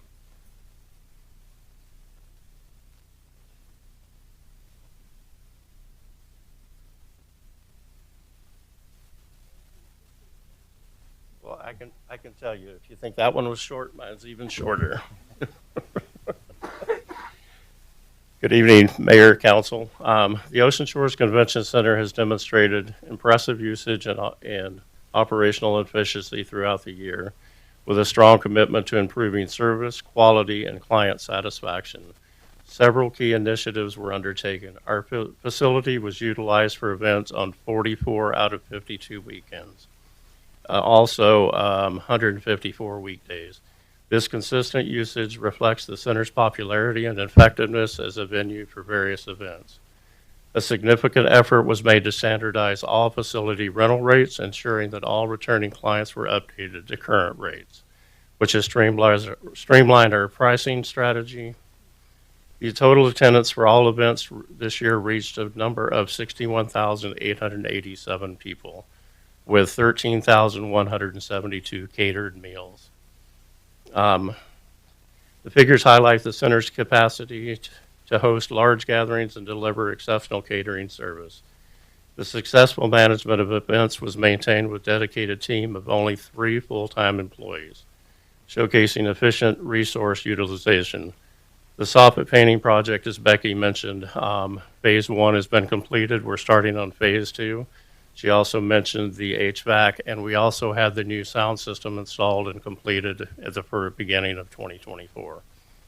The annual Razor Clam Festival experienced increased attendance compared to previous years, indicating growing community interest. The San Ansados Festival achieved record-breaking auction sales, further demonstrating the center's ability to host successful events. The Ocean Shores Convention Center has had a productive year marked by high utilization rates, effective management, and significant facility improvements. These achievements position us well for continuous success in the future, and as we have already seen in our revenue increases in 2024. Thank you. All right, thanks, George. You're doing a great job here. And I know we got United Way and Roanoke in the next few weeks, so you're busier than you say you are, that's for sure.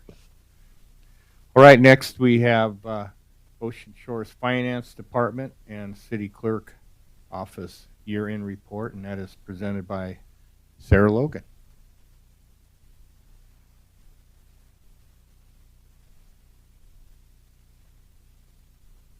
I want to do the department head spiel and say, I have nothing. I did that. Thank you for allowing us to do this. I think it proves a huge point that there's an overwhelming amount of work that goes in, and it's not just big projects or certain specific things. So specifically from finance and the clerk's office, utility billing upgraded their software for meter reading this year. Our software was completely out of date and didn't retain properly. And so they took initiative with that. And then they also took initiative to have all of their documentation going into Laserfiche, which gave us the ability to, as a part of our audit through the state auditor's office, for us to kind of streamline that and be able to pump out paperwork, because everybody you hear, each department head has done something electronic.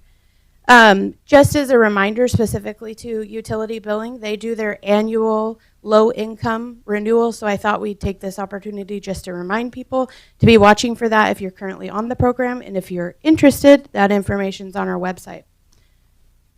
Prior to 2020, the city didn't have anything done electronically. I'm a broken record when it comes to that. So this part is kind of near and dear. This is our records management. So we've expanded our use of Laserfish, a document management platform that enables the digitalization and securely store all of the city's records. As you heard our building officials say, the permit office, after I asked for a risk assessment on the city's documents, the permit office was our biggest risk as a municipality because we could not recreate those property files. So we have just worked really hard at going forward on everything, but then utilized other individuals to get all of our backlog of stuff. So far, we have all of HR, accounts payable, payroll records, all in Laserfish and accessible to different staff members. The progress with the building and permitting is extensive. They're up to Division 15, I think, and Roy also mentioned that. They did 5,129 parcels this year, and between personnel, the scanning of backlog, the automation of everything going forward, the city electronically filed 36,863,356 files in 2024. So it's working. Maybe, thank goodness, because that would have all been paper somewhere in a box.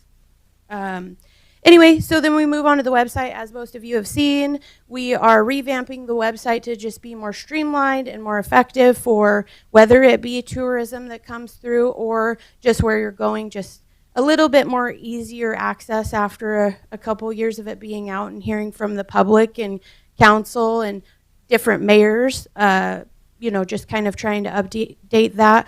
So what this will have is a new face, but also when we roll this out, that's going to have the accessibility to Laserfish on it, which I talked about in 2024. So when the realtors want to do a public records request for a property file, they will actually be able to just go in, look it up by division, block, and lot, and grab everything that was in that property file we ever had, which will have some other elements too. It's just a big part of our transparency and workload. If we don't have to provide 500 public records requests that have to do with a property file, let's fix it and make it accessible. We do have 1,224 individuals signed up for eNotify through our website. So anytime we put an alert on the OSGov website, you get an email and or text message, however you choose. We have 3 social media accounts. We have an official City of Ocean Shores page, fire department, and police department. Between all 3 of those pages, we reached in 2024 227.4 thousand people. Our content interaction, so that's people posting, people sharing, so on and so forth, is 28,000. We have 7.9 thousand followers, and the clicks, George had a fancy word for that. I'm not in marketing, so I don't know what that means. But when people would click on a link that we've put up, that happened 2,200 times in 24. So I'm not a marketing person. I think that might be good, so you can tell me. Purchasing department, the purchasing requisitions are now all done electronically, so there's no more paper. There is also like an audit trail. So it shows who it's gone to, who's reviewed it, who's touched it, who's written notes on it. And I think that just streamlined the process and kind of takes away, who hasn't seen it and who should see it. Our accounts payable department, specifically the accounts payable, as we know, we went through a transitionary period where we enacted Stamply, which is a phenomenal program, really easy to use. And what it did is, because we were able to streamline through Stamply, it gave our accounts payable the opportunity to spend more time on processes and policies as it pertains to our contracts. So I think council can remember that years ago it was constantly hair on fire coming to you with a contract that was either expired or was coming up on expiration and we needed to do an RFP. Our accounts payable clerk has done an outstanding job at bringing them to the attention of us, making sure they're compliant, because when she started digging deep, we had been being charged for several things we had never received. And in 2024, she was able to get our money back from these different places that had overcharged us. So there's a lot more work going into keeping everything streamlined. The accounts payable clerk also does HRIS, so she has streamlined with our HR department as a request from the mayor. It used to be everybody was kind of their own little islands of, fire, police, clerk. Training and travel was a big thing, keeping up on people's certifications, making sure that we're being responsible with the taxpayers' money in terms of hotels and do you need that training? Is it a part of your educational program? So all that now goes through our HR and HRIS department. They've developed procedures and policies, and so all of that is done in one location, which makes a huge impact, especially for department heads, because they're able to track the certifications and trainings, especially when you get into those life safety trainings for police and fire, or safety trainings for public works. I know that Becky specifically did a ton of work safety-wise for public works that hadn't been done before, and this just streamlined that process also. Business licensing, you've heard it 157 times. We were able to get back $77,000 in delinquent taxes from people that hadn't paid their B&O tax, which, if you've ever filled that out, it is a small fraction of what you make in your revenue with your businesses. And so $77,000 is not anything to blink an eye at, and it set the bar. The city of Ocean Shores had not done a great job in past years kind of holding people accountable for the businesses that they own and operate in Ocean Shores, some going back to 2015. So not only was that returned to us, in 2024 we collected $503,000 in B&O taxes, which we've never done, ever. And there's a streamlined process, and that our B&O tax person is no joke. I don't want to get emails from her or letters. So payroll, we've kind of gone back and forth. We are going to it's been a unique thing to go through. You'll laugh, but we're on QuickBooks right now, so I can feel Councilmember Scott judging us from a mile away. But we had to make some changes, and a part of that is we were able to go to our accounting system. For those that don't know, is through Springbrook, and it is a very robust system. I believe the city of Aberdeen, the city of Ahoquim, several cities, they're a great team to work with. We have a lot of support, and what they are is a one-stop shop. They do payroll, B&O tax, our budgeting, all of the things.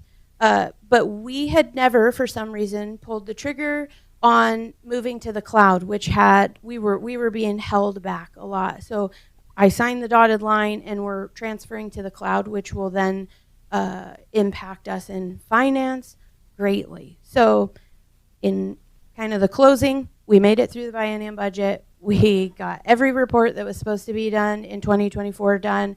We made it through our financial and transparency Washington State audit for the city and for our public facilities district, because the convention center has its own, without any audit findings, and a really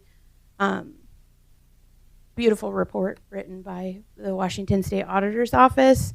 I already spoke about us updating Springbrook, and we navigated through a complete ambulance billing restructure all while this was happening. And I've worked with cool people, and I know people are smart. This year tested everybody, obviously. It tested you guys. It tested the city. We lost a grant writer, a finance director, and every single one of the people that you saw and every single person that I have, these are one people per department that I just went over. They all stepped up, and we are grateful to have them. And that's it. All right, thanks, Sarah. You've done a great job with all the challenges that you've been up against. Next, we've got, we need more reports, but we have council and liaison and committee reports, so we'll start with Rich. I'll make it easy. I have nothing. All right, Richard. Well, I'm not quite as much as Public Works, but I do have a fair amount to say. First, I signed warrants last Friday, and I'm on the warrant committee, and I'll be signing warrants every Friday, health permitting. In the Parks Board, there was a lot of things going on, and one of the things I want to talk about is 2024 was one of the heaviest rainfall years on record for Ocean Shores. And this is directly related to the comments about Chinook Park and the dog park. The large dog park side of the park was inundated, was flooded with water. Randy Peck had a suggestion about French drains. French drains were discussed at the Parks Board meeting. Another idea that was discussed is some type of wood chip. One of the Parks Board members has experience with using wood chip in the dog area, which will help cut down on the amount of saturation of that soil and maybe potentially impact the dog digging. It'd be great if dog owners prevented their dogs from digging in that on those dog parks. So the wetness of the dog park is being addressed. A really key note going on there is a volunteer. Let's see if I remember his name. Mike Cairns is volunteered to build rain shelters over the benches at the dog park, and Arrow Lumber is providing all or most of the material for that. So we're going to get rain shelters in the dog park at no cost to the city. The Parks Board has appointed several ad hoc committees that interface with all of the projects that were approved by the budget for 25-26. So they're staying very busy and streamlining their efforts to get those budget items accomplished. Let's see. There's the Parks intends to paint stripes for 4 pickleball courts on one of the 2 tennis courts at Emerson. So pickleball, for those who don't know, is a rapidly gaining popularity sport for all ages, but particularly kind of the people that live in Ocean Shores, the age bracket in Ocean Shores. And I think, so I'm not as big as Public Works or not as lengthy as Public Works. I guess that covers it. Thank you. All right, thank you. Allison. I sign warrants. Lisa. Signed warrants and attended agenda setting, and I look forward to all of our new liaison assignments. So I think we're all changing it up a bit, so you're going to get different council members reporting for this year. All right, Denise. I also signed warrants, but actually there really only are 2 of us. We're transitioning from our old assignments to our new assignments. I attended agenda setting, and I'm looking forward to my upcoming meetings for Public Works and Finance. All right, Tom. I have nothing. Okie dokie. Let's move on to consent agenda. Can I have a motion to approve? Make a motion to approve the consent agenda. All in favor? All right, thank you. No, we've had enough reports.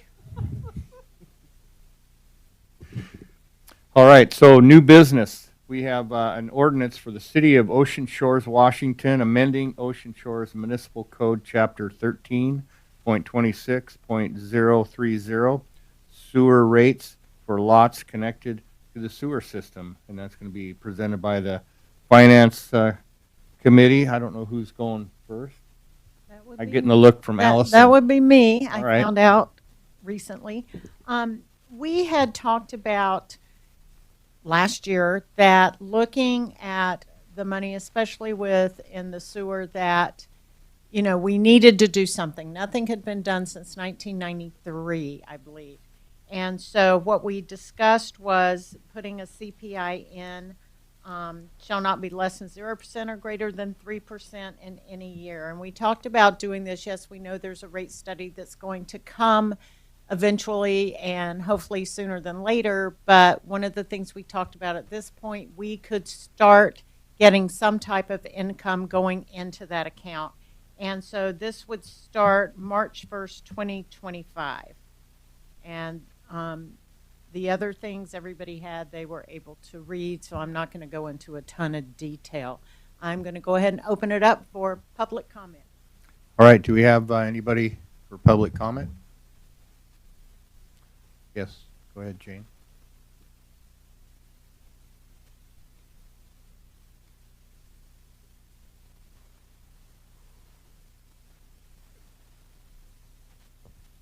Jane Shattuck, Ocean Shores resident. Good evening, Mayor and Council. While it's unrealistic to expect utility rates to remain unchanged as costs rise, I'm concerned about how the sewer fund reached its critical state and what measures will be taken to prevent this from happening again. Transparency is essential, yet the state of the sewer fund was not addressed proactively. Whether this was oversight resulted from insufficient information provided to the council or inadequate reporting from departments, the underlying concern remains: how did the sewer fund reach such a critical state? Regarding the proposal of the CPI adjustment, I urge caution. Before implementing a CPI adjustment, the city must provide detailed expenditure reports outlining current costs, funding gaps, and any inefficiencies. Without this information, it's impossible to justify the adjustment or determine if alternative solutions exist. Residents deserve clear data showing how their payments are being used and whether other solutions could address funding needs. I understand that the council aims to lessen the risk of a significant rate increase in the future by introducing the adjustment now. However, if the CPI adjustment is implemented, I strongly recommend including a sunset provision or requiring reevaluation within a defined time frame. This approach ensures the adjustment is not made permanent without thorough analysis. Establishing a clear end date and avoiding automatic renewals will encourage the timely collection of necessary data and prevent the issue from being deferred indefinitely, as has happened in the past. Additionally, a comprehensive rate study is essential to ensure rates are fair, equitable, and sufficient to cover operational and infrastructure needs. Implementing a CPI increase without thorough analysis risk imposing unnecessary financial strain, particularly on residents with fixed incomes. I urge the council to prioritize and expedite this study to provide a transparent and data-driven foundation for future decisions. Thank you for your time and consideration. All right, thanks. Yes, Jan.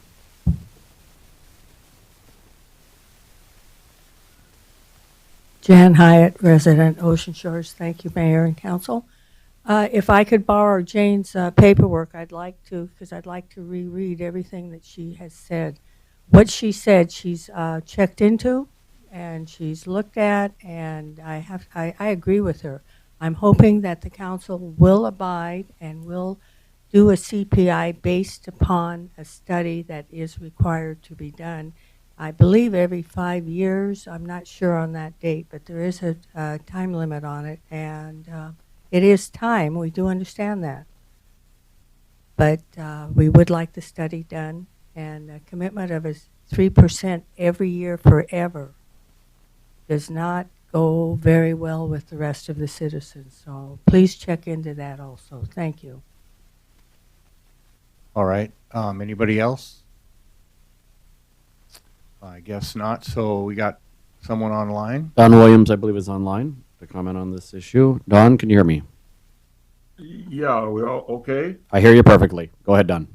Okay, well, first of all, thank you for the opportunity to comment on this proposed utility rate increase. My first comment is that I don't see a showing that a rate increase is actually needed at this time.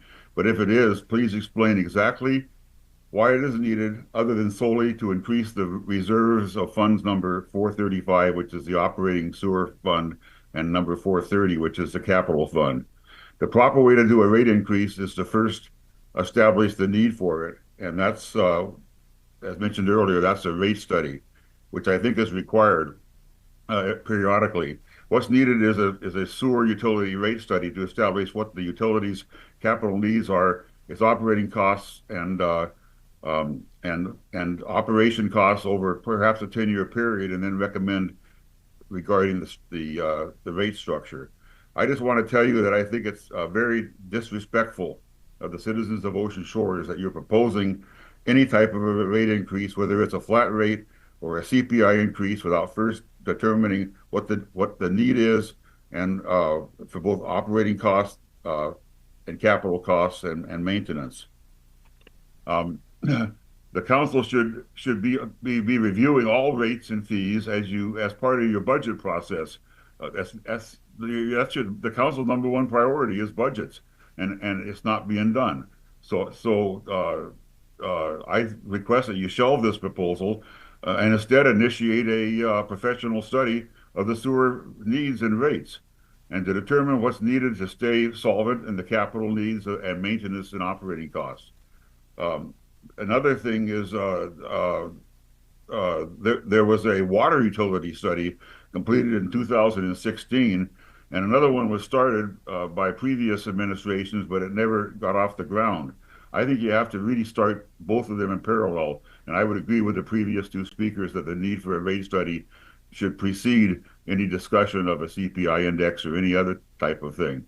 You guys have to do your job, and that's the job of the council, is to determine the need and then make decisions based upon that need. Thank you very much. All right, that's it for online. All right, we move on to council questions, discussion. Yes, go ahead, Denise. Yeah, I have several questions, and the first is somewhat connected to what the public just said. But what is the urgency in getting this done right now? Council has allocated money for the rate study, and I would hope that the rate study would give us what the true operational costs are, what the healthy fund balance that we really need, and then help us plan for the capital. So my first question is, when are we going to do the study, and can it be expedited? My second question goes back to, I haven't seen any data really to tell us whether the fund balance that we have is solvent or not. So I would really like to ask Sarah about the current fund balance that we have, and also what are the alternatives that we can use rather than imposing this rate increase on the public. So in the research on how fast we could get a rate study done in order to give the council data, we kind of poked around, and I actually got to have a conversation with Becky about the water study, because as Mr. Williams said, we had done a water study in 2016, and then one was started in 2023, but it was entwined in our master plan. And in order to do a master plan, you're required to do a utility rate study, and therefore it became this big, huge project Gray and Osborne had done. And so our big takeaway from that was we have to separate those two. We know that the rate study is required for that, and it just so happens that Becky, our project manager, was already working in 2024 on a sewer master plan that again required the rate study. And so what she did was contact SCJ Alliance, who's our current professional service engineer, to see about, we just pull that rate study out and put it out as an RFP first.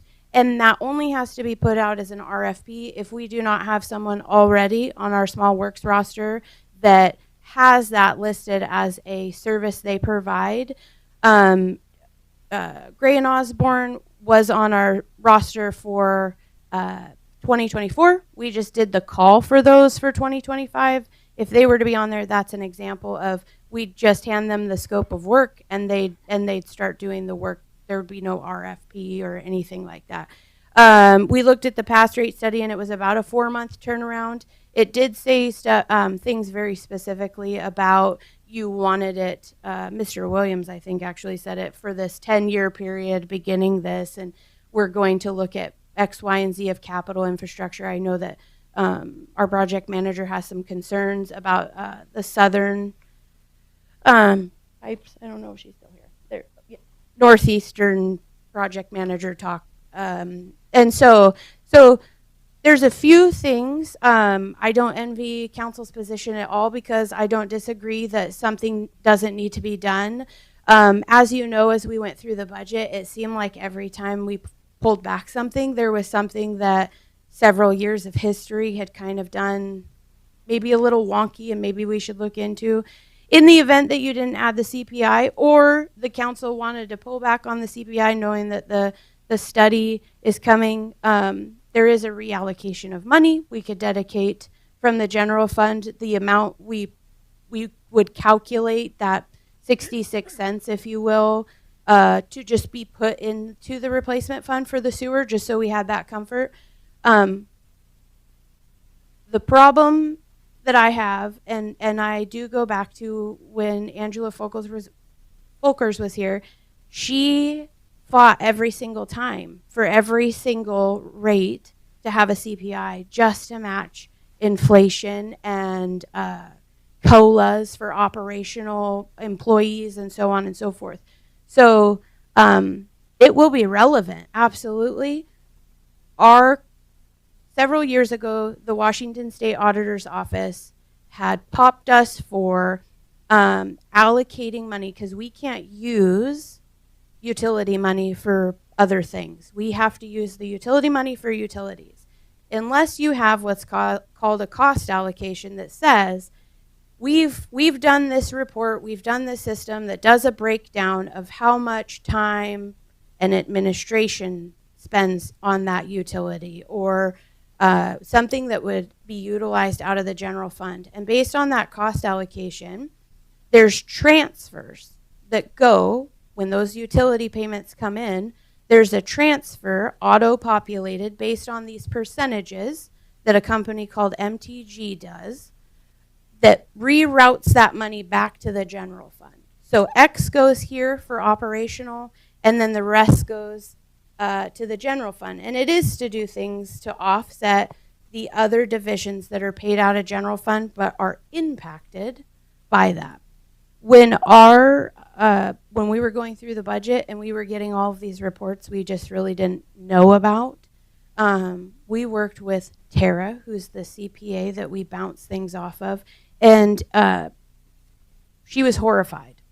I mean, there's just no two ways about it. She was horrified by our cost allocation report. It's not readable to me. It very well could be readable to someone else.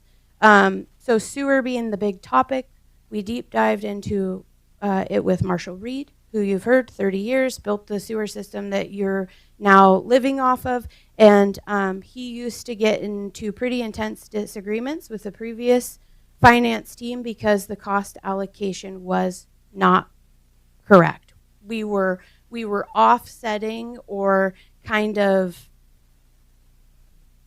I don't know how you say, fibbing, that we needed more money here from these utilities, and the sewer being the most impacted. And they take all these things into account. They take the buildings, they take their equipment, they take their vac trucks, they take all of these things, and then they say, transfer this much to the general fund.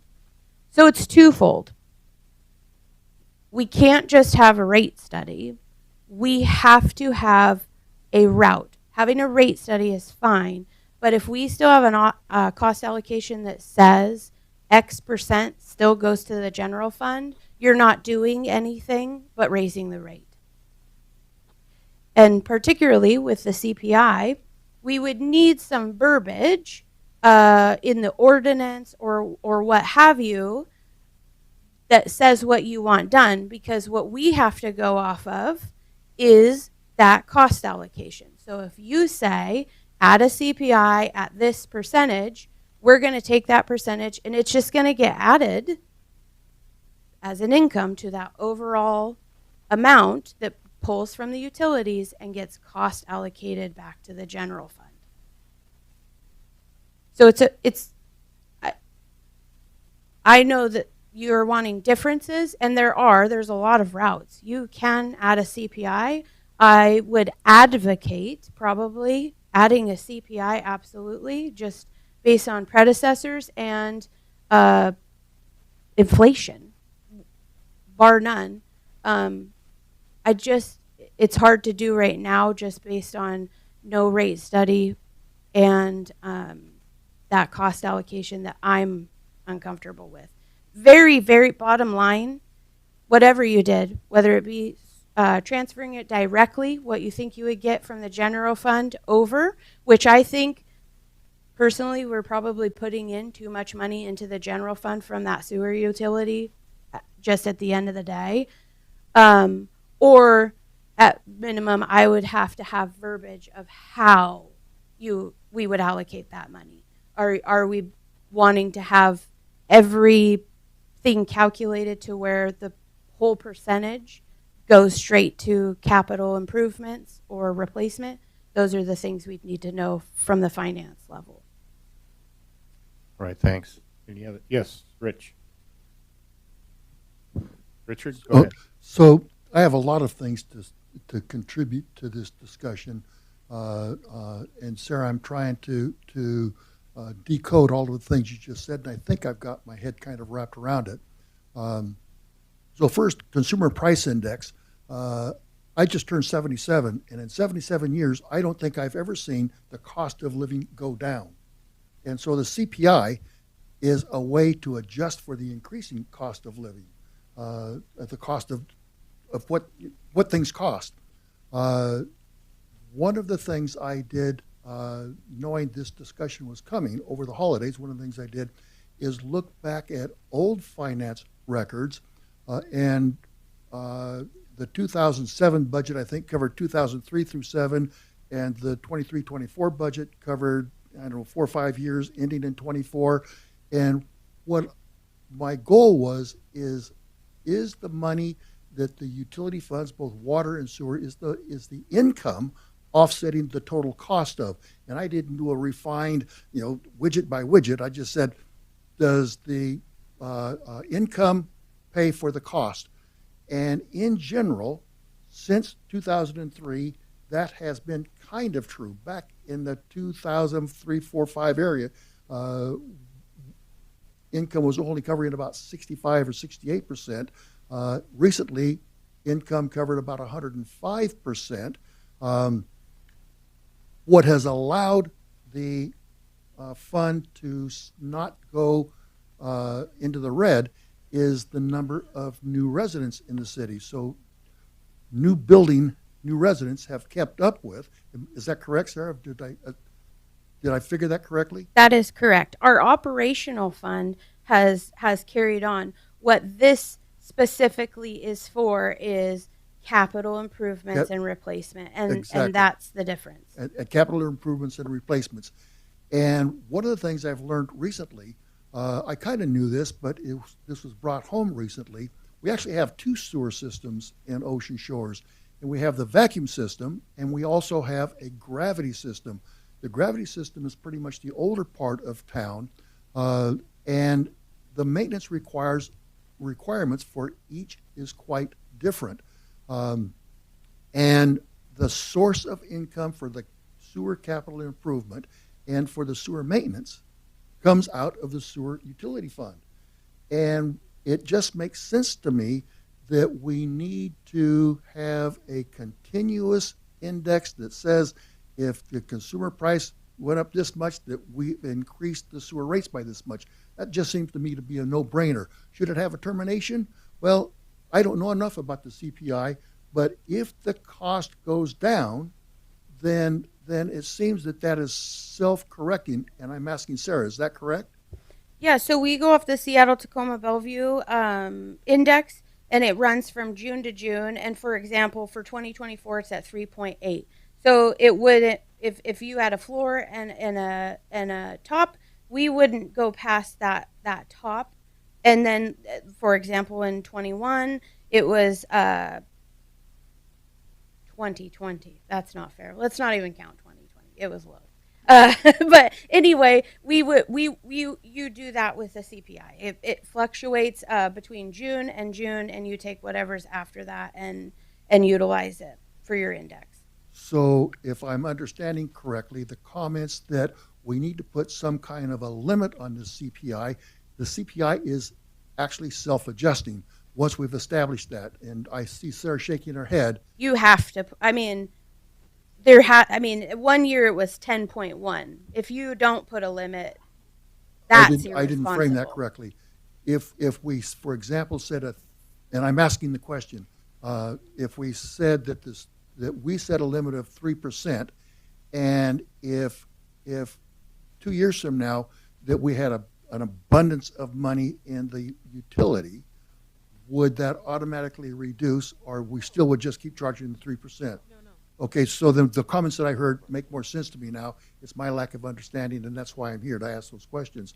So one of the things that I think is important to consider about how soon we should impose this CPI is we know we're going to do a utility rate study.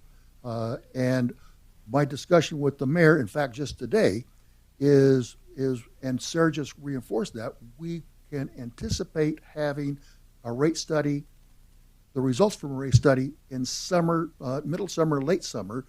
Is that a fair estimate, Sarah? September, August, September? I would say it would be a minimum of 4 months. And this is February, so that's June, July, August. So summertime, we should have the results of that rate study. And the point I want to make is the numbers that rate study comes back that says that we need to adjust the rates, the CPI, if we invoke it sooner, those numbers will be included in the rate study final calculations of how much we should adjust the rate. So from that standpoint, it makes sense to me to initiate this CPI sooner rather than later. And I think that we all need to keep in mind is this CPI at 3% amounts to 66 cents every 2 months, 33 cents a month, 30 for the average homeowner. So that's not going to break anybody's bank, and it can affect the results of what the rate study, which we expect in the June, July, August timeframe, it can affect how large of a rate increase that rate study comes back and suggests that we impose. We know that we're going to have maintenance issues in the sewer system, and sewer is expensive. And so we need to have the money available in the bank to pay for those expenses when they come due. And the only way to do that is to increase the rates. That's happening. That's going to happen. Nobody wants to raise taxes. But on the other hand, I want the effluent from my toilet to disappear when I push the handle. And if the sewer system isn't working, that ain't going to happen.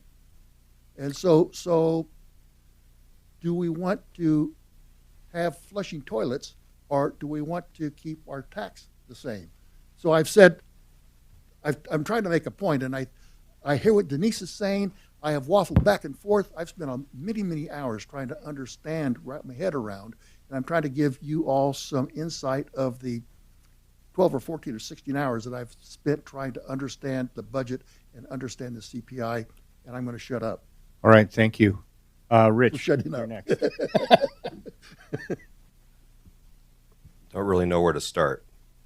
I would sincerely hope that the citizens of Ocean Shores that elected me, and 40% of you didn't, 60% of you did, understand that one of my fortes is finance. I was on the finance committee.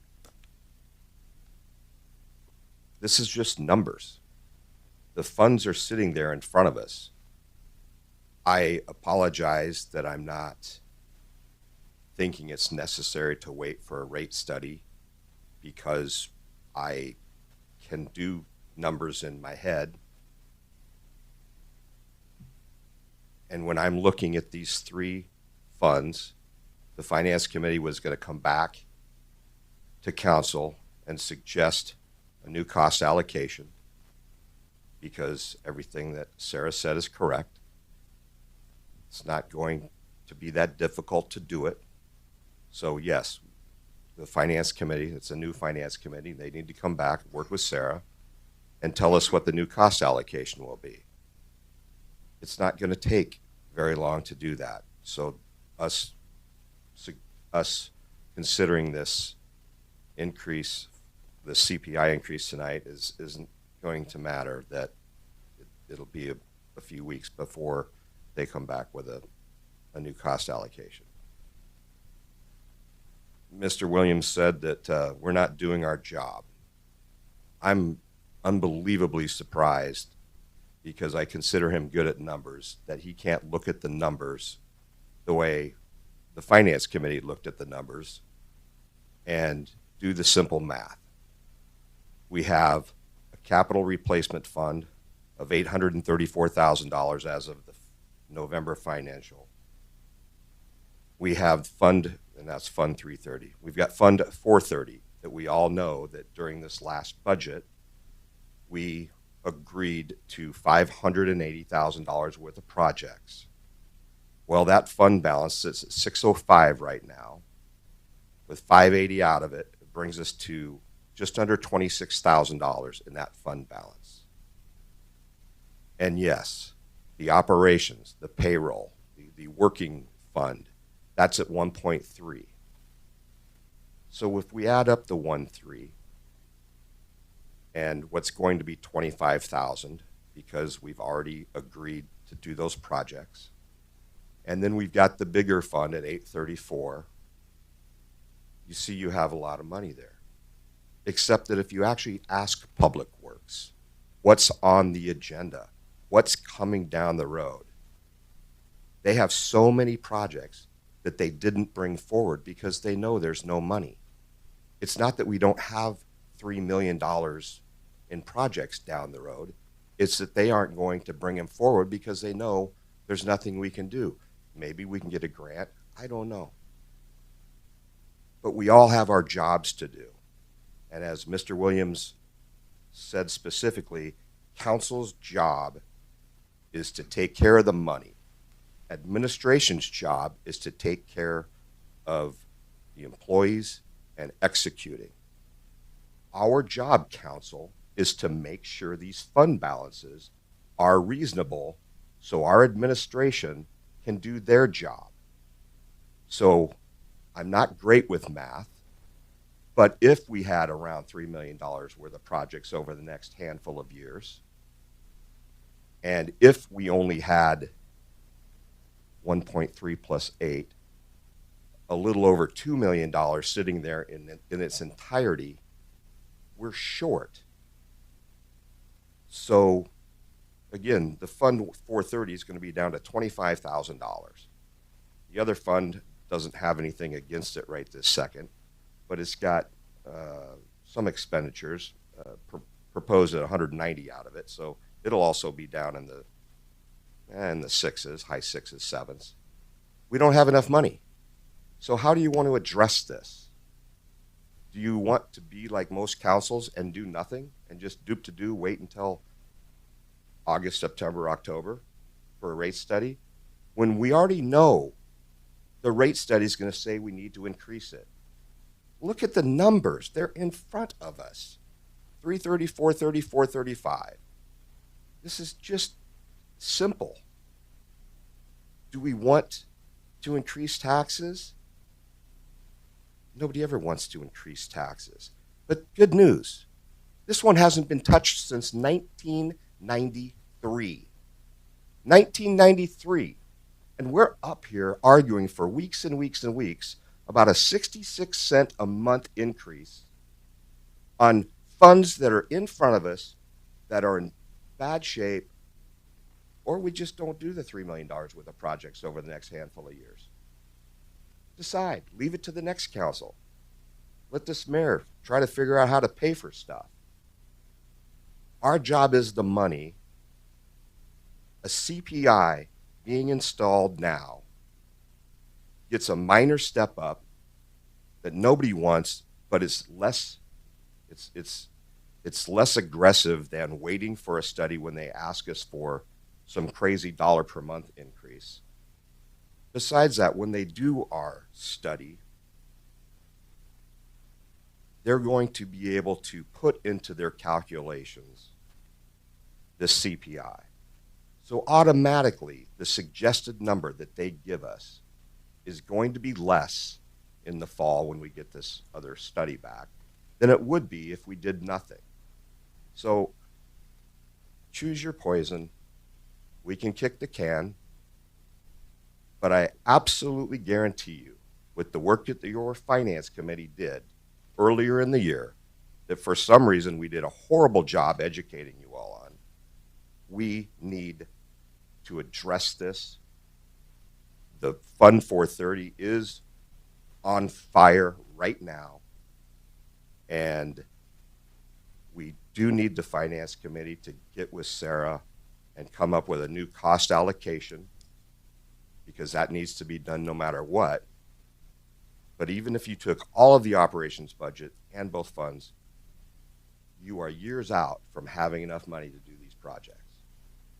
So I've been taking pot shots from Wednesday afternoon, Wednesday morning groups that don't understand it because they don't read the numbers.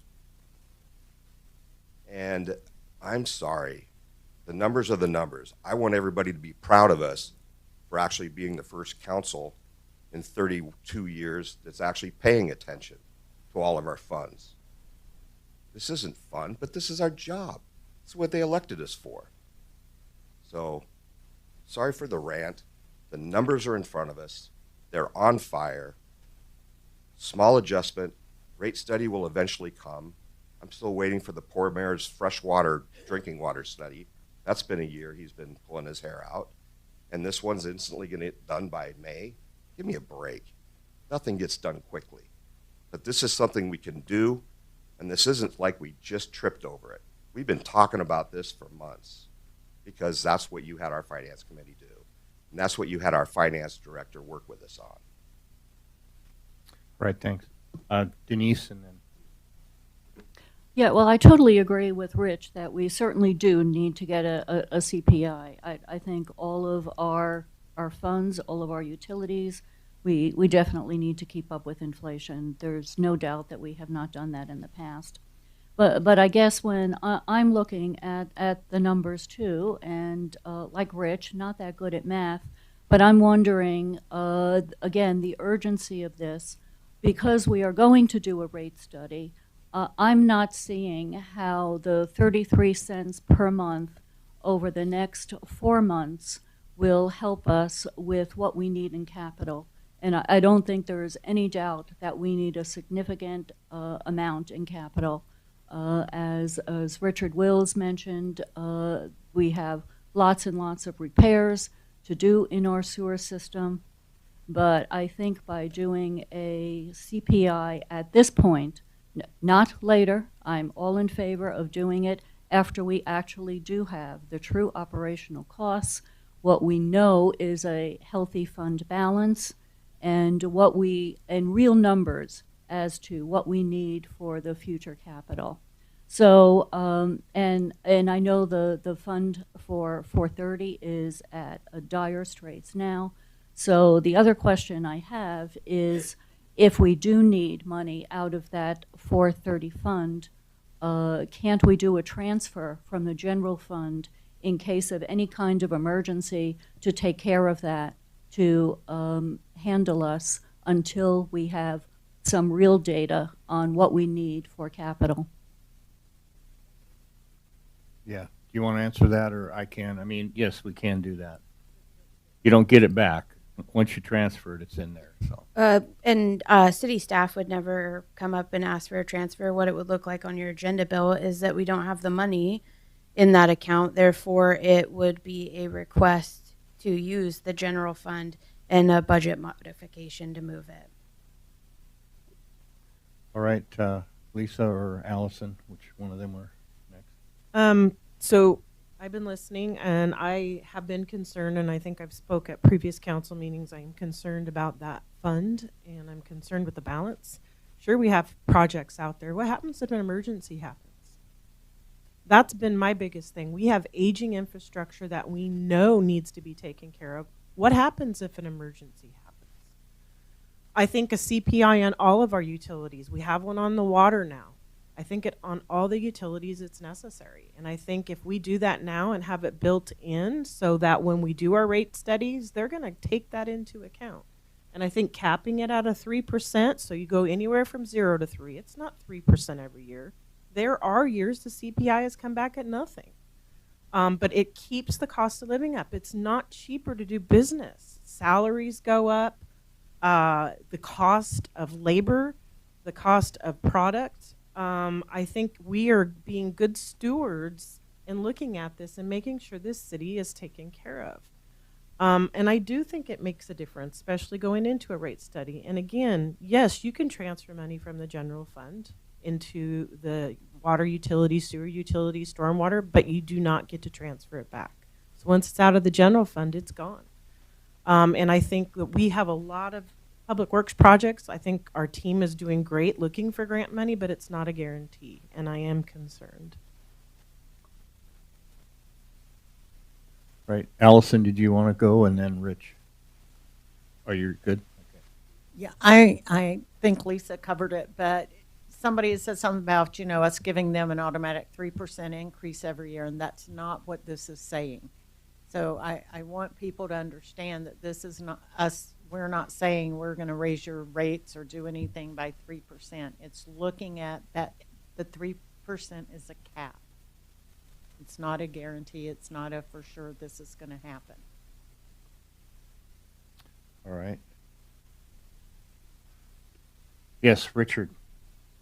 So thank you, Allison. And one of the reasons that I love the council discussion is even though I try to do a lot of research, I learn things here. And so the way that you just framed the CPI, Allison, and with Sarah's help, then we now all understand that it's not going to be 3% per year. It's going to be up to 3% as is needed.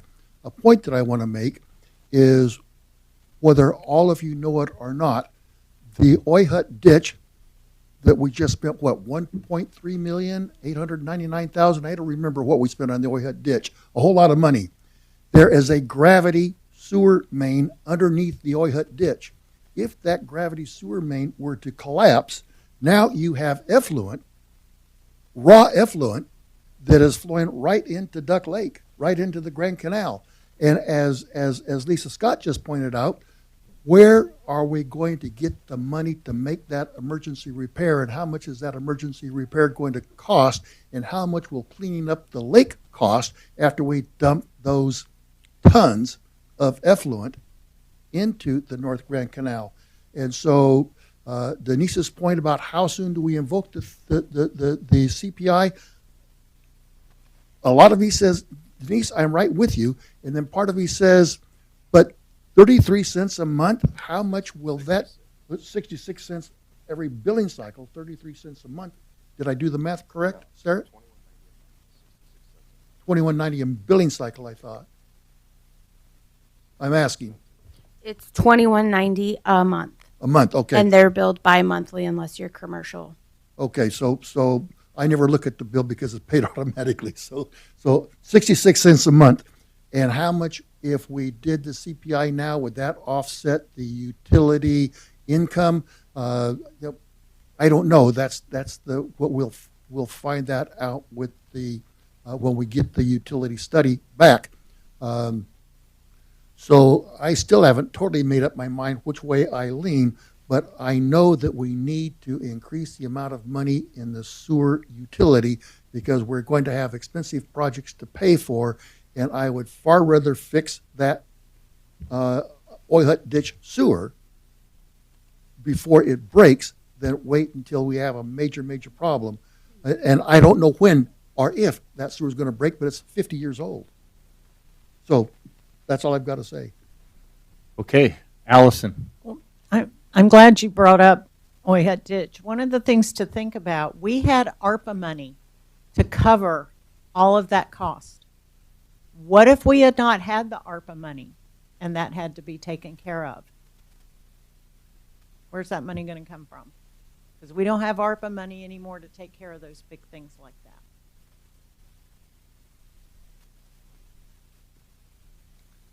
All right, I don't think the Oya ditch was part of the sewer system, but, The Oyat ditch is not, but there's a sewer main under the Oyat. there ditch. is, yeah. And that's part of the sewer. I'm system. aware of that. Okay, so, I need to just be quiet.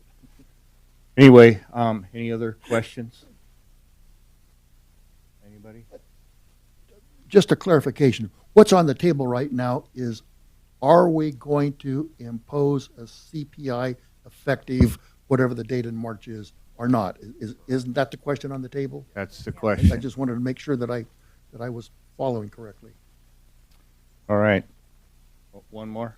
Go Yeah, ahead, Denise. I'm sorry. I do have just one more question, and like I said, I totally support eventually doing a CPI, and what I keep hearing about are all of the real capital needs that we have, and like I said, there's no doubt that we have all of those capital needs, but I'm still a little confused as to how the 66 cents over the next 3 months before the study. And that's really my issue. My issue was the timing with this, not actually doing a CPI, because as I said, I think we should have a CPI in everything.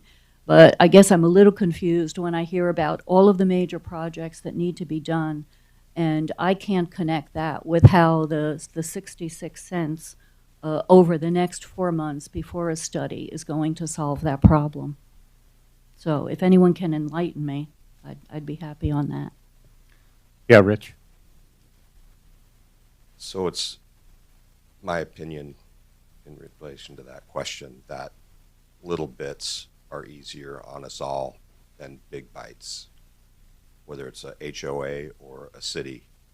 And no one likes, this town's famous for LIDs, the only one in Grays Harbor County that loves them, because we never save enough money to do things.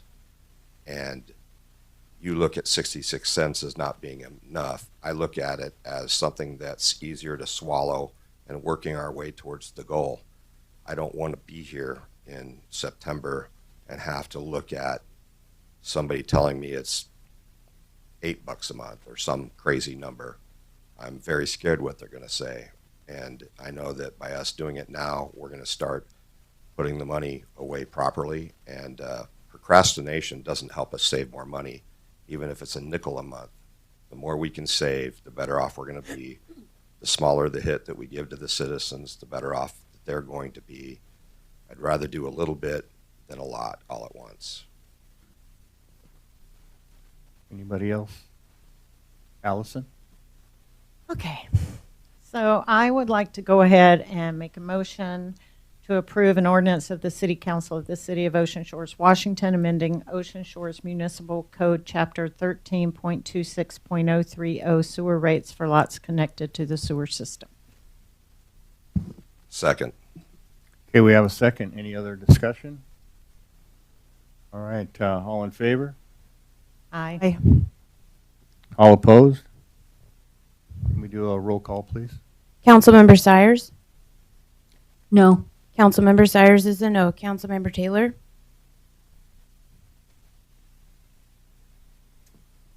Yes.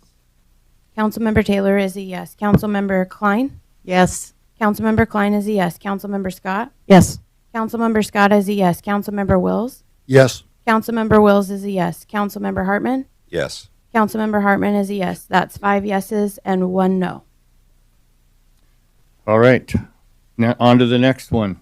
We have a request of the City Council of the City of Ocean Shores, Washington, to accept the Emergency Rapid Response Program grant from the Department of Commerce, and that's presented by Becky Leach and Assistant Tim Hiles.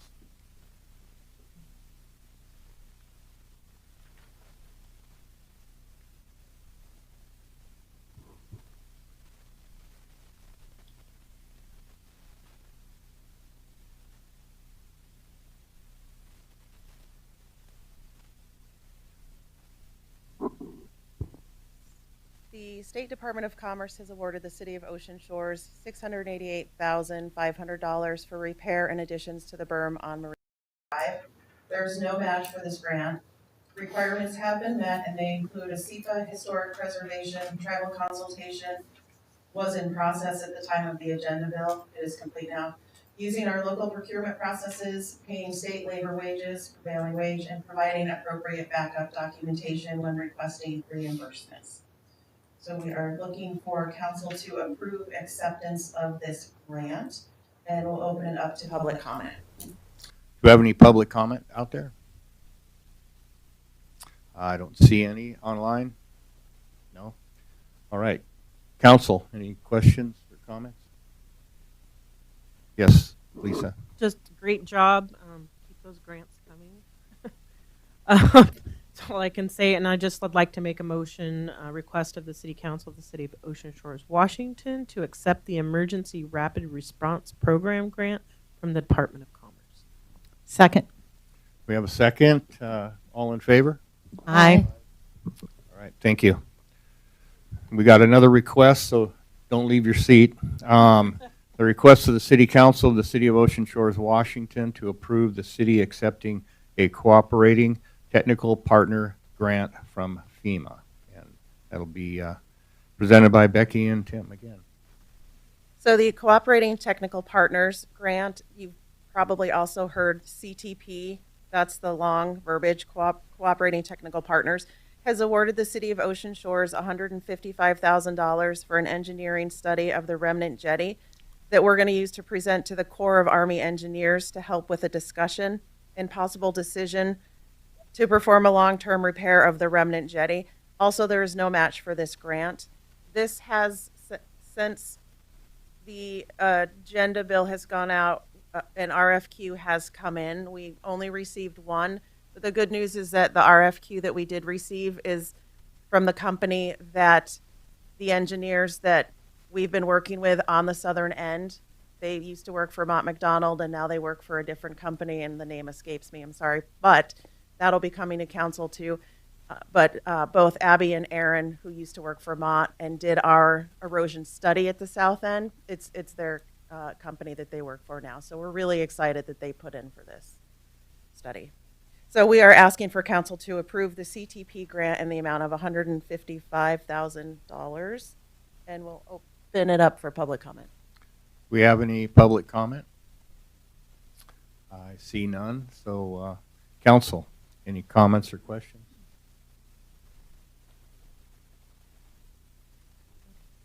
Yes, Lisa? Great job again, and I'd just go ahead and like to make approve the request of the City Council of the City of Ocean Shores, Washington, to approve the city accepting a cooperative technical partners grant from FEMA. Second. All right, we got a second. All in favor? Aye. All right, thanks. Thank you. Now, on to the hot topic of chickens and ducks in Ocean Shores. That's going to be led by Mayor Pro Tem Lisa Scott. Thank you. You guys have all waited patiently for the chicken discussion. So I've been approached by several people in Ocean Shores about the possibility of looking at having chickens again.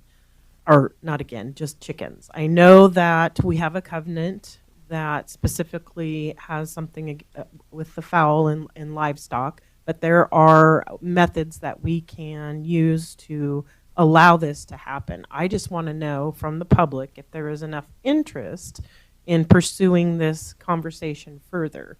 And I think part of the conversation too is limiting. Maybe it's you're allowed a total of 5 fowl total, maybe 2 ducks, 3 chickens, but not going above that. Making sure that the animals are penned. I mean, there's different rules. I know Mr. Peck brought up the fact of what Aberdeen has at 25 feet. I wasn't talking about any of that. I just wanted to have the conversation with the public to see if this is something that we want to do. I know there are people currently that have chickens that aren't supposed to. And I know we have a ton of ducks everywhere. Part of that was not allowing roosters, but more or less, especially with the price of food, and maybe having 3 chickens or 5 chickens would allow people to help supplement that income. But anyway, that was kind of where I thought I just wanted to have that conversation. Like I said, I've been approached by several people that are interested in this, and I really wanted to hear what the public had to say. All right, we'll go to public comment. And I know we had Scott Harris. So, Scott, you waited diligently and patiently. Maybe you probably want to talk earlier next time, but go ahead. We'll let Scott go first, and then we'll go with the rest of the crowd.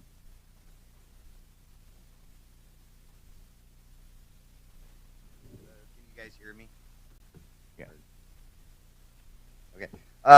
For those of you who don't know me, Scott Harris, Washington State Department of Fish and Wildlife. I'm your local wildlife conflict specialist. Seen this come across Facebook and looked real quickly and went, you know, I might need to show up out there because I deal a lot with chickens and depredations. I just say there's a lot of predators and omnivores and, you know, and even ungulates or vegetarians out there that would say thank you. You know, I'm really worried about the depredation issues. And even the deer issues, because deer like chicken feed, and it's not uncommon to have deer with chicken feeder helmets running around, and they're rather challenging to catch. And there's a lot of issues. So my big message is, if you do go down this road, please really take a hard look at writing animal husbandry rules that actually work. I've yet to see a code in a city situation that was actually even enforceable, or parts of it. And I mean, there's just a lot. I'm also a chicken owner, so you know, I see a lot of this. My big thing is really don't dive in, you know, rush into this if you decide to go that route. I'd ask you to set a new standard, because I kind of today did this deep, not really deep, but I started looking at all these codes. And one thing in one city I looked at is like, oh my God, the way this is written, they can have peacocks in town. Nobody's figured that out yet. Trust me, you do not want a peacock or a guinea fowl next door. One thing I want to say, you know, we've got, you know, the raptors, but bears are something that we deal with. Just this winter, you know, one of my counterparts, he dealt with 20 calls, you know, 15 to 20 calls. Another one, he probably had a half a dozen calls, you know, and most of those are resolved with electric fencing. Okay, that's against code in Ocean Shores, so you might want to have to think about making some changes here, which I kind of agree with, because there is some advantages if you have apple trees and stuff. But the big thing I want to make clear is, and I kind of didn't even want to talk about it at this point, but, you know, just across the pavement, I had to euthanize bears this year because of chicken husbandry issues. And so this is something you really need to go into. I know I'm gonna cut it real short. And the other one that came up is, be aware of HPAI, avian influenza. That's in chicken flocks, and it just hit me earlier that, guess what, your kennel you might need to make some adjustments to your kennel, because you're going to have time. runaway chickens that you have to put in. So there's some safety thoughts there. That's it. Thank you for that. All right, in the front there, Jeannie.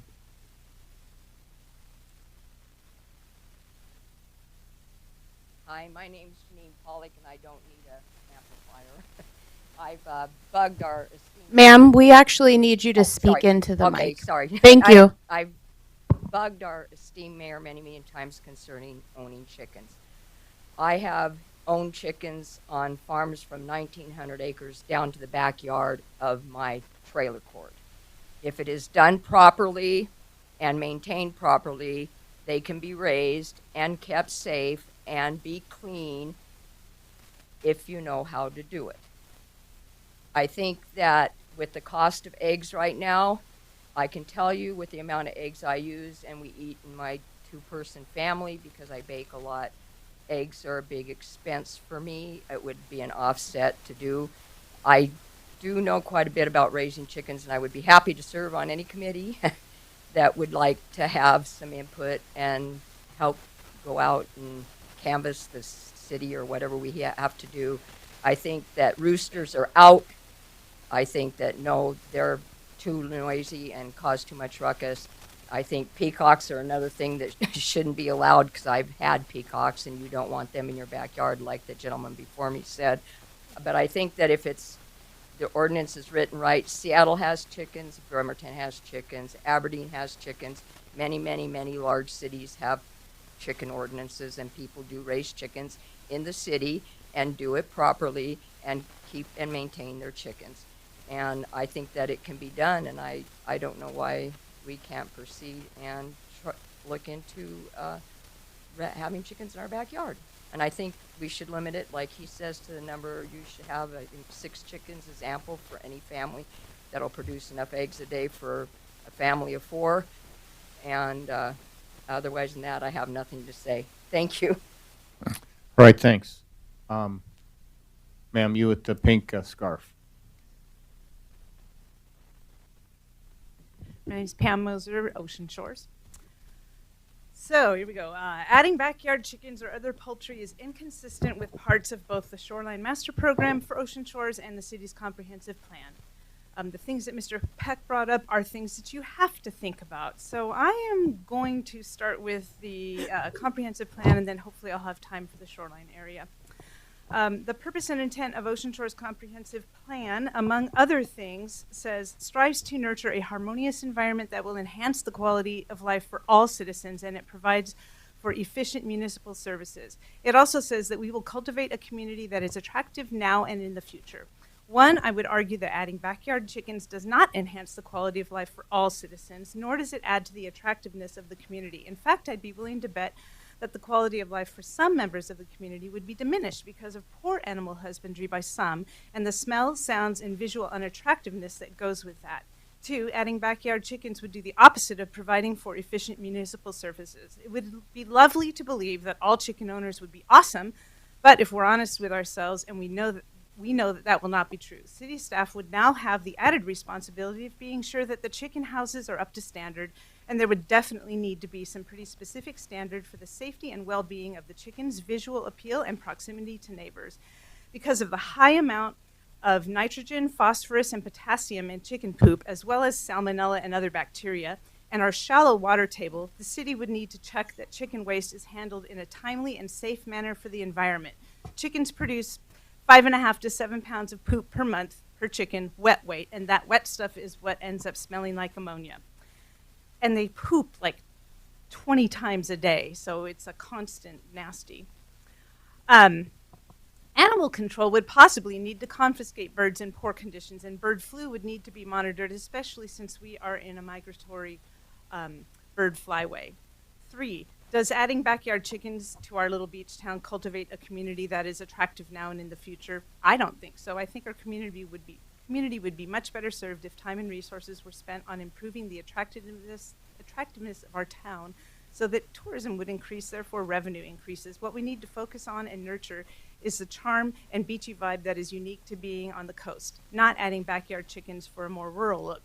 The Shoreline Management Plan, I see I only have 30 seconds to do, so I will just quickly say it talks about control of pollution and prevention of damage to the natural environment, protecting the water, and increasing the public's opportunity to enjoy the physical and aesthetic qualities of natural shorelines. I don't think that chickens is going to do that, and with the problems that we've been having with our waterways, I don't think that we need to add chicken poop. Right, thanks. Who else would like to come up? Okay, yes, go ahead.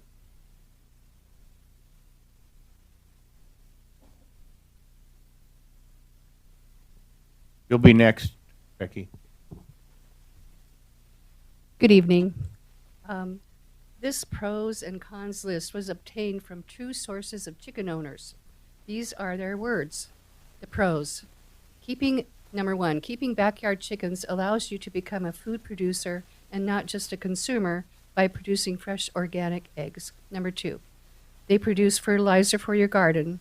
Number 3, they love to chase bugs and insects. Now the cons. 1. Initial and maintenance costs to be considered. It is cheaper to buy eggs from the store than to raise chickens for eggs when considering the costs of feed, maintenance, with initial costs, possibly up to $1,000 for chicken coop and run, wire and fencing, watering equipment, feeders, bedding, and the purchase of chicks or chickens. As a general guideline, placing your chicken coop at least 20 to 50 feet away from the house is advisable. 2.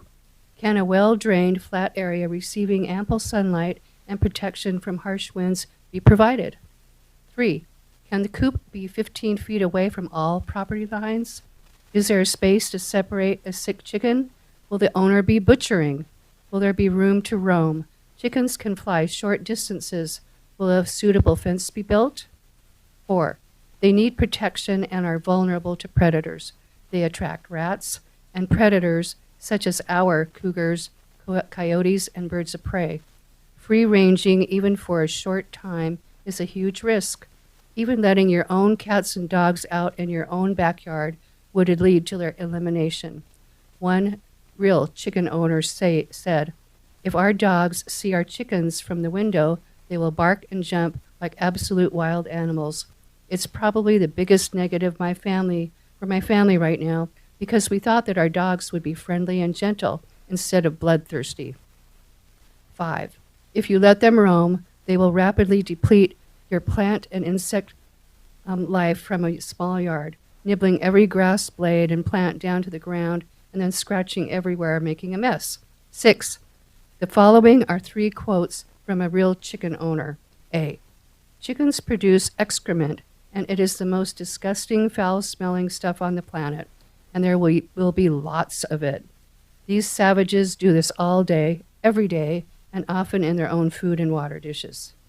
B. Quote, chickens make a lot of noise, even with a rooster crowing every morning. C. Our chickens are very naughty. There have been numerous occasions where I've gotten home from work to find the chickens roaming around our backyard after escaping the confines of their coop. And thank you very much for listening.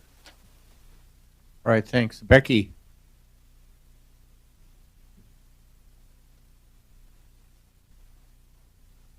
I love that Nancy said that the chickens were very naughty, because when we lived in Boise, we had chickens, and they all kind of, in my opinion, had their own personality. Having chickens was one of the best things that I have ever done in my life.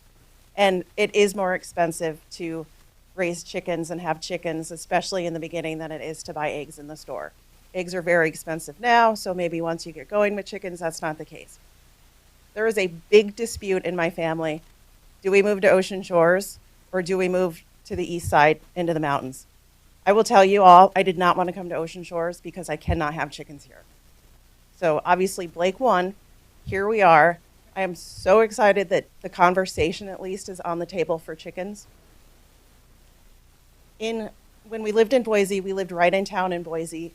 We didn't have complaints from our neighbors. We did share the eggs, so that was probably helpful. No roosters, most definitely. When we built our coop, we had to bury the fencing around the coop 5-6 feet underground. We had a family of raccoons that lived in our backyard under the fence. I think, done right with the right rules, regulations, follow up, having chickens in Ocean Shores would be a great thing for those that want them. So thank you for bringing it to the table. All right, thanks. We have any other comments? Yes, Jane?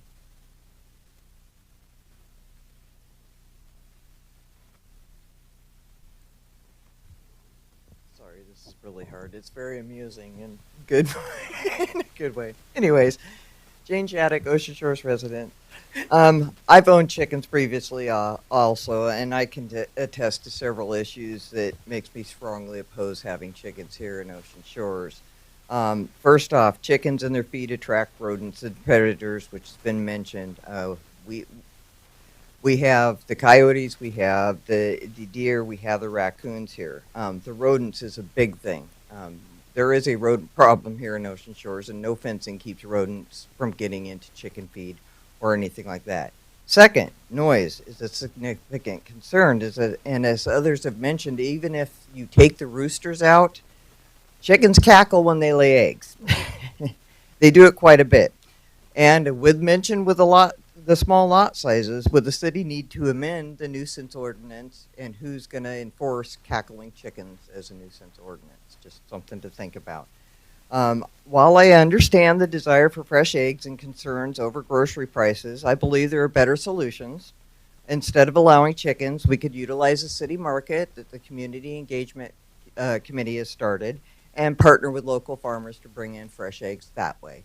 I want to point out a few things I heard over and over, cities like Seattle, cities like this, and as a different topic was mentioned at the Planning Commission, we're not other cities. We're a different animal, we have more predators here, and once again, as far as our groundwater, we have all of that we deal with that the big cities don't deal with. So, thank you. All right, thanks. Yes, go ahead, Jan. Jan Hyatt, Ocean Shores. This subject came up a few years ago. I think we had a few meetings on it, and the answer at that time was no. And the reason being is what these people are stating. You tell me where you're going to put the, excuse the term, shit, because it is, and where are you going to put it? And when it starts smelling and running into the, we're on one of the canals, when it starts running into the canal, who are we going to complain to? I do not understand this. The answer is no. We have discussed it. If you want to chickens, go to Seattle and live there. That's fine. But our lots are not big enough. I don't want the smell next to me, and I want to know. We have problems now enforcing our codes, and I'm not complaining. It's just a fact of life. So you tell me how we're going to enforce codes here if we let, and there are chickens here, so we're not enforcing those codes anyway. Does that matter? Apparently it doesn't matter. So I consider that chickens, the answer to that is no. Thank you. All right. We have anybody else out there want to comment? Okay. We got one online. Don Williams is still with us? Yeah, we okay? Yep, go ahead.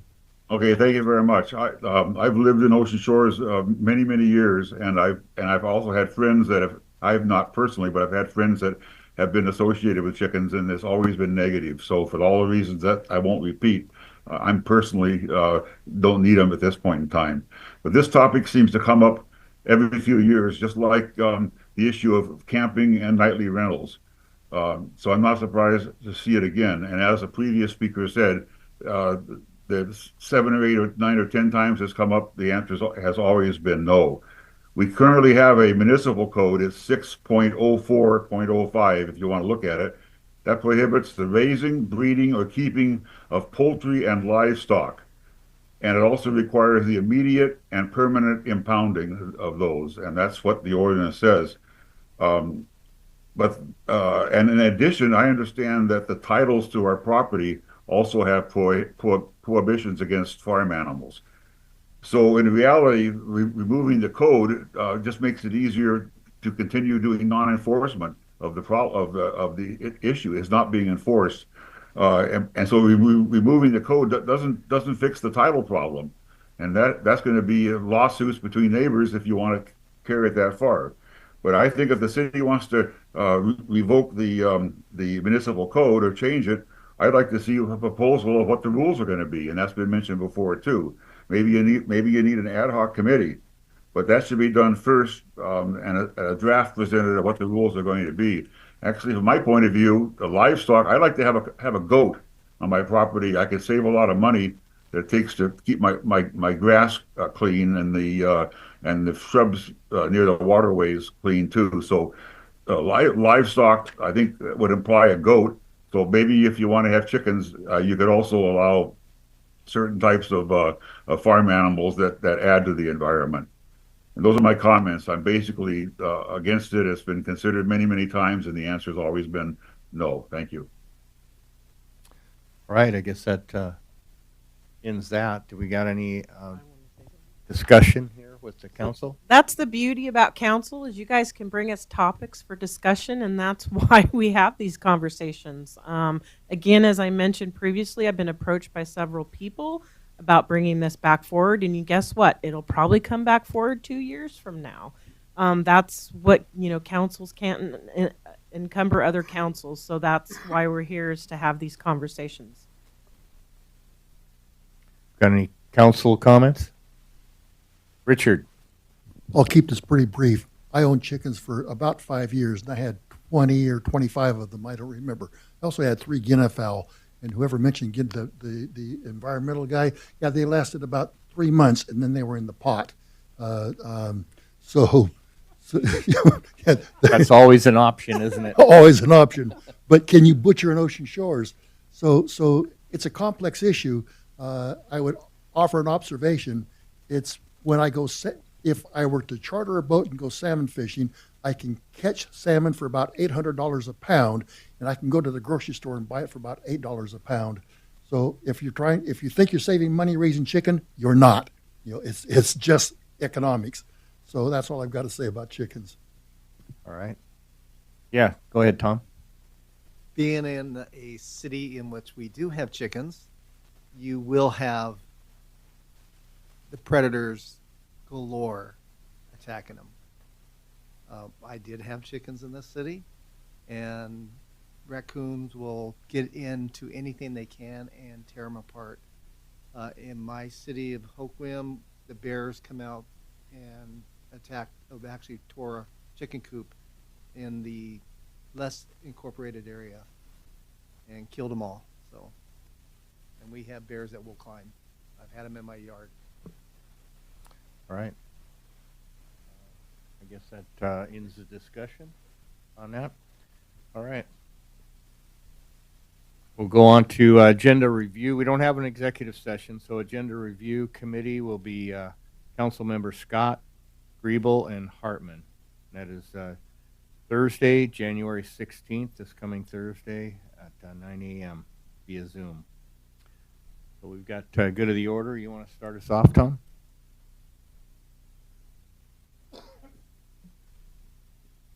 No, actually, this was good. This is what we need in everything that we do in this city is good discussions. Whether we agree or not, we don't succeed until we talk. So thank you, whether side you're on the chickens or anything else we do. Thank you. All right, Denise. Well, having gone to visit the goats at the Tacoma Zoo for my Christmas present, I'm kind of with Don Williams about getting a goat for the backyard.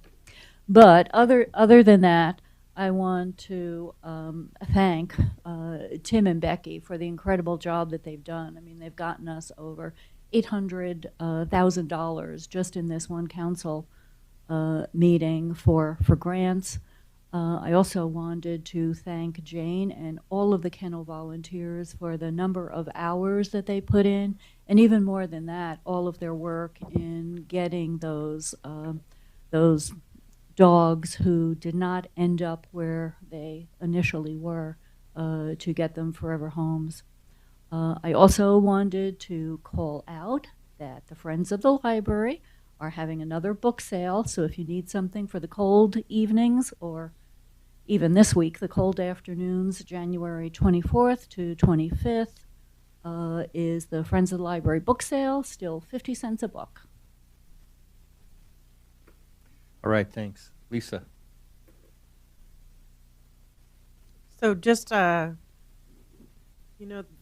been an interesting night, been a long night, and I, like Tom, appreciate the conversations that we have, and that's why we have discussions, and just very grateful. Also, I'm just really want to say I'm grateful of the staff and really appreciate all the work that went into the budget and then our ongoing conversations, as well as just everybody working together as a team. I know that's what it took. So thank you very much. Looking forward to this year. Allison. Just Thank you to all of the department heads and everyone who gave us the reports tonight. I know there were a lot of long reports, but boy, there sure was a lot done in 2024. And a lot of it, I don't think we realize because things happen and they go. But there was a ton of stuff done last year, and great job by all the city staff, and they are greatly appreciated. Right, thanks. Richard? And I have to just riff on, not riff, but agree with Allison. Great job on all of the city. It's just astonishing how much our staff has accomplished over the year. And Sarah, thank you for this discussion on the CPI. I had some confusion, even though I've done a lot of work on it. Your input and the other councilman input made that decision much easier. So great job, city, great job, staff, and I'm glad to be here. Thanks. Bye. All right, thanks, Richard. Rich? I have nothing. Everybody have a good evening. Motion to adjourn? Thank you.